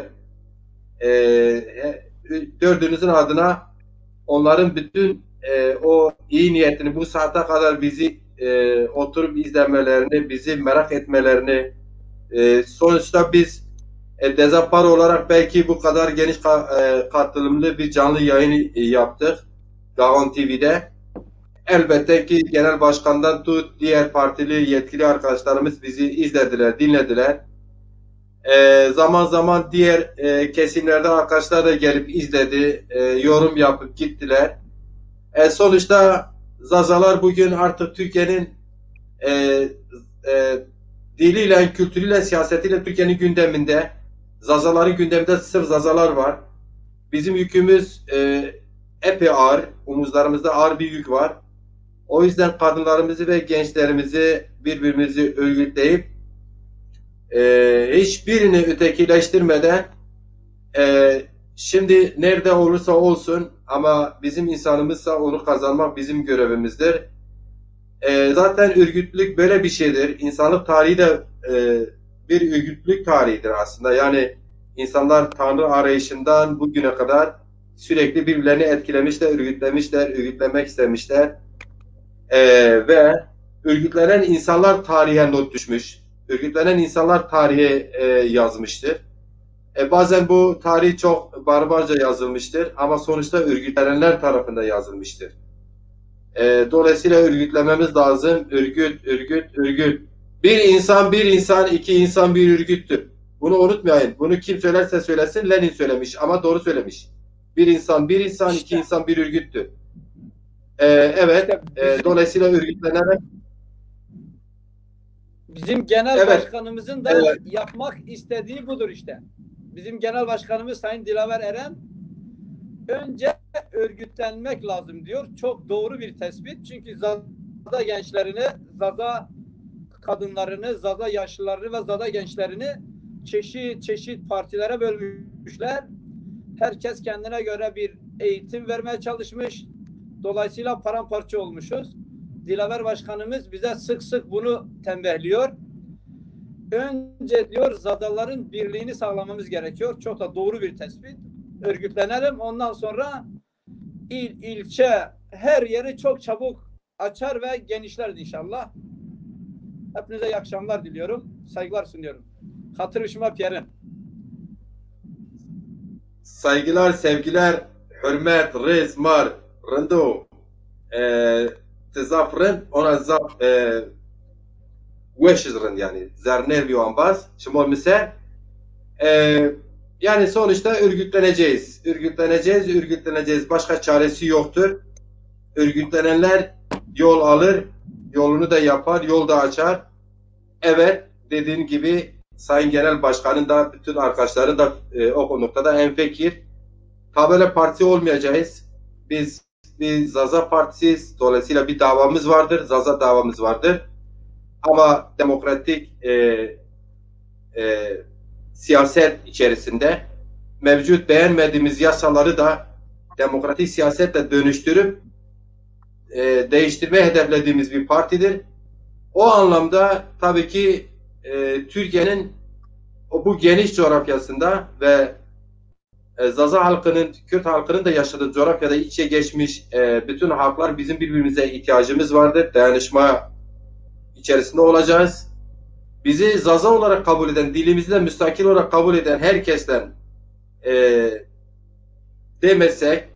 desek belki abartılı olur ama böyle kabul eden herkesten en azından birlikte hareket etmesek de bizi tanıyan kim olursa olsun biz de onları öyle tanırız. Saygı duyarız. Bize saygı duyan herkese saygı duyarız. Evet arkadaşlar ben tekrar söz hakkı falan vermeyeyim. Şey yoktur. Sanırım soru da yok. Evet seçime Özgür Fırat arkadaş diyor seçime 2023'te katılmamız lazım. Benim öngörüme göre bu Haziran'da erken seçim olmasa 2022'de olur. AKP bazı işte görüşmeler yaparak bunu uzatmaya çalışıyor falan. MHP işte HDP'ye saldırarak şey yapmaya çalışıyor. Bir erken seçim tehdidi gibi bir şey. Ekonomik kriz var biliyorsunuz. Avrupa Birliği ile ilişkiler sıkıntılı geçiyor. Rusya ile ilişkiler inişli çıkışlı sıkıntılıdır. Amerika ile ilişkiler inişli çıkışlı ve sıkıntılıdır. Seçimde daha erken olabilir ama her halükarda benim görüşüme göre Dezapar seçime girer. Yani bütün il ilçeleriyle yani 42 ilde sanırım örgütlenmesi lazım. Örgütlenmesek dahi bağımsız olarak da olsa seçime mutlaka gireriz sanırım. Çok teşekkür ederim. İyi ki varsınız. İyi ki varız. İyi ki Zaza'yız. İyi ki Dezapar'a azayız. Şoçma başı. İyi ki de para azayız. شێوە شمای بۆیشی بوو بەمانەوەی شیرە شما پیرین میشو شما خیلی بمانه باشی شای شربت بیرون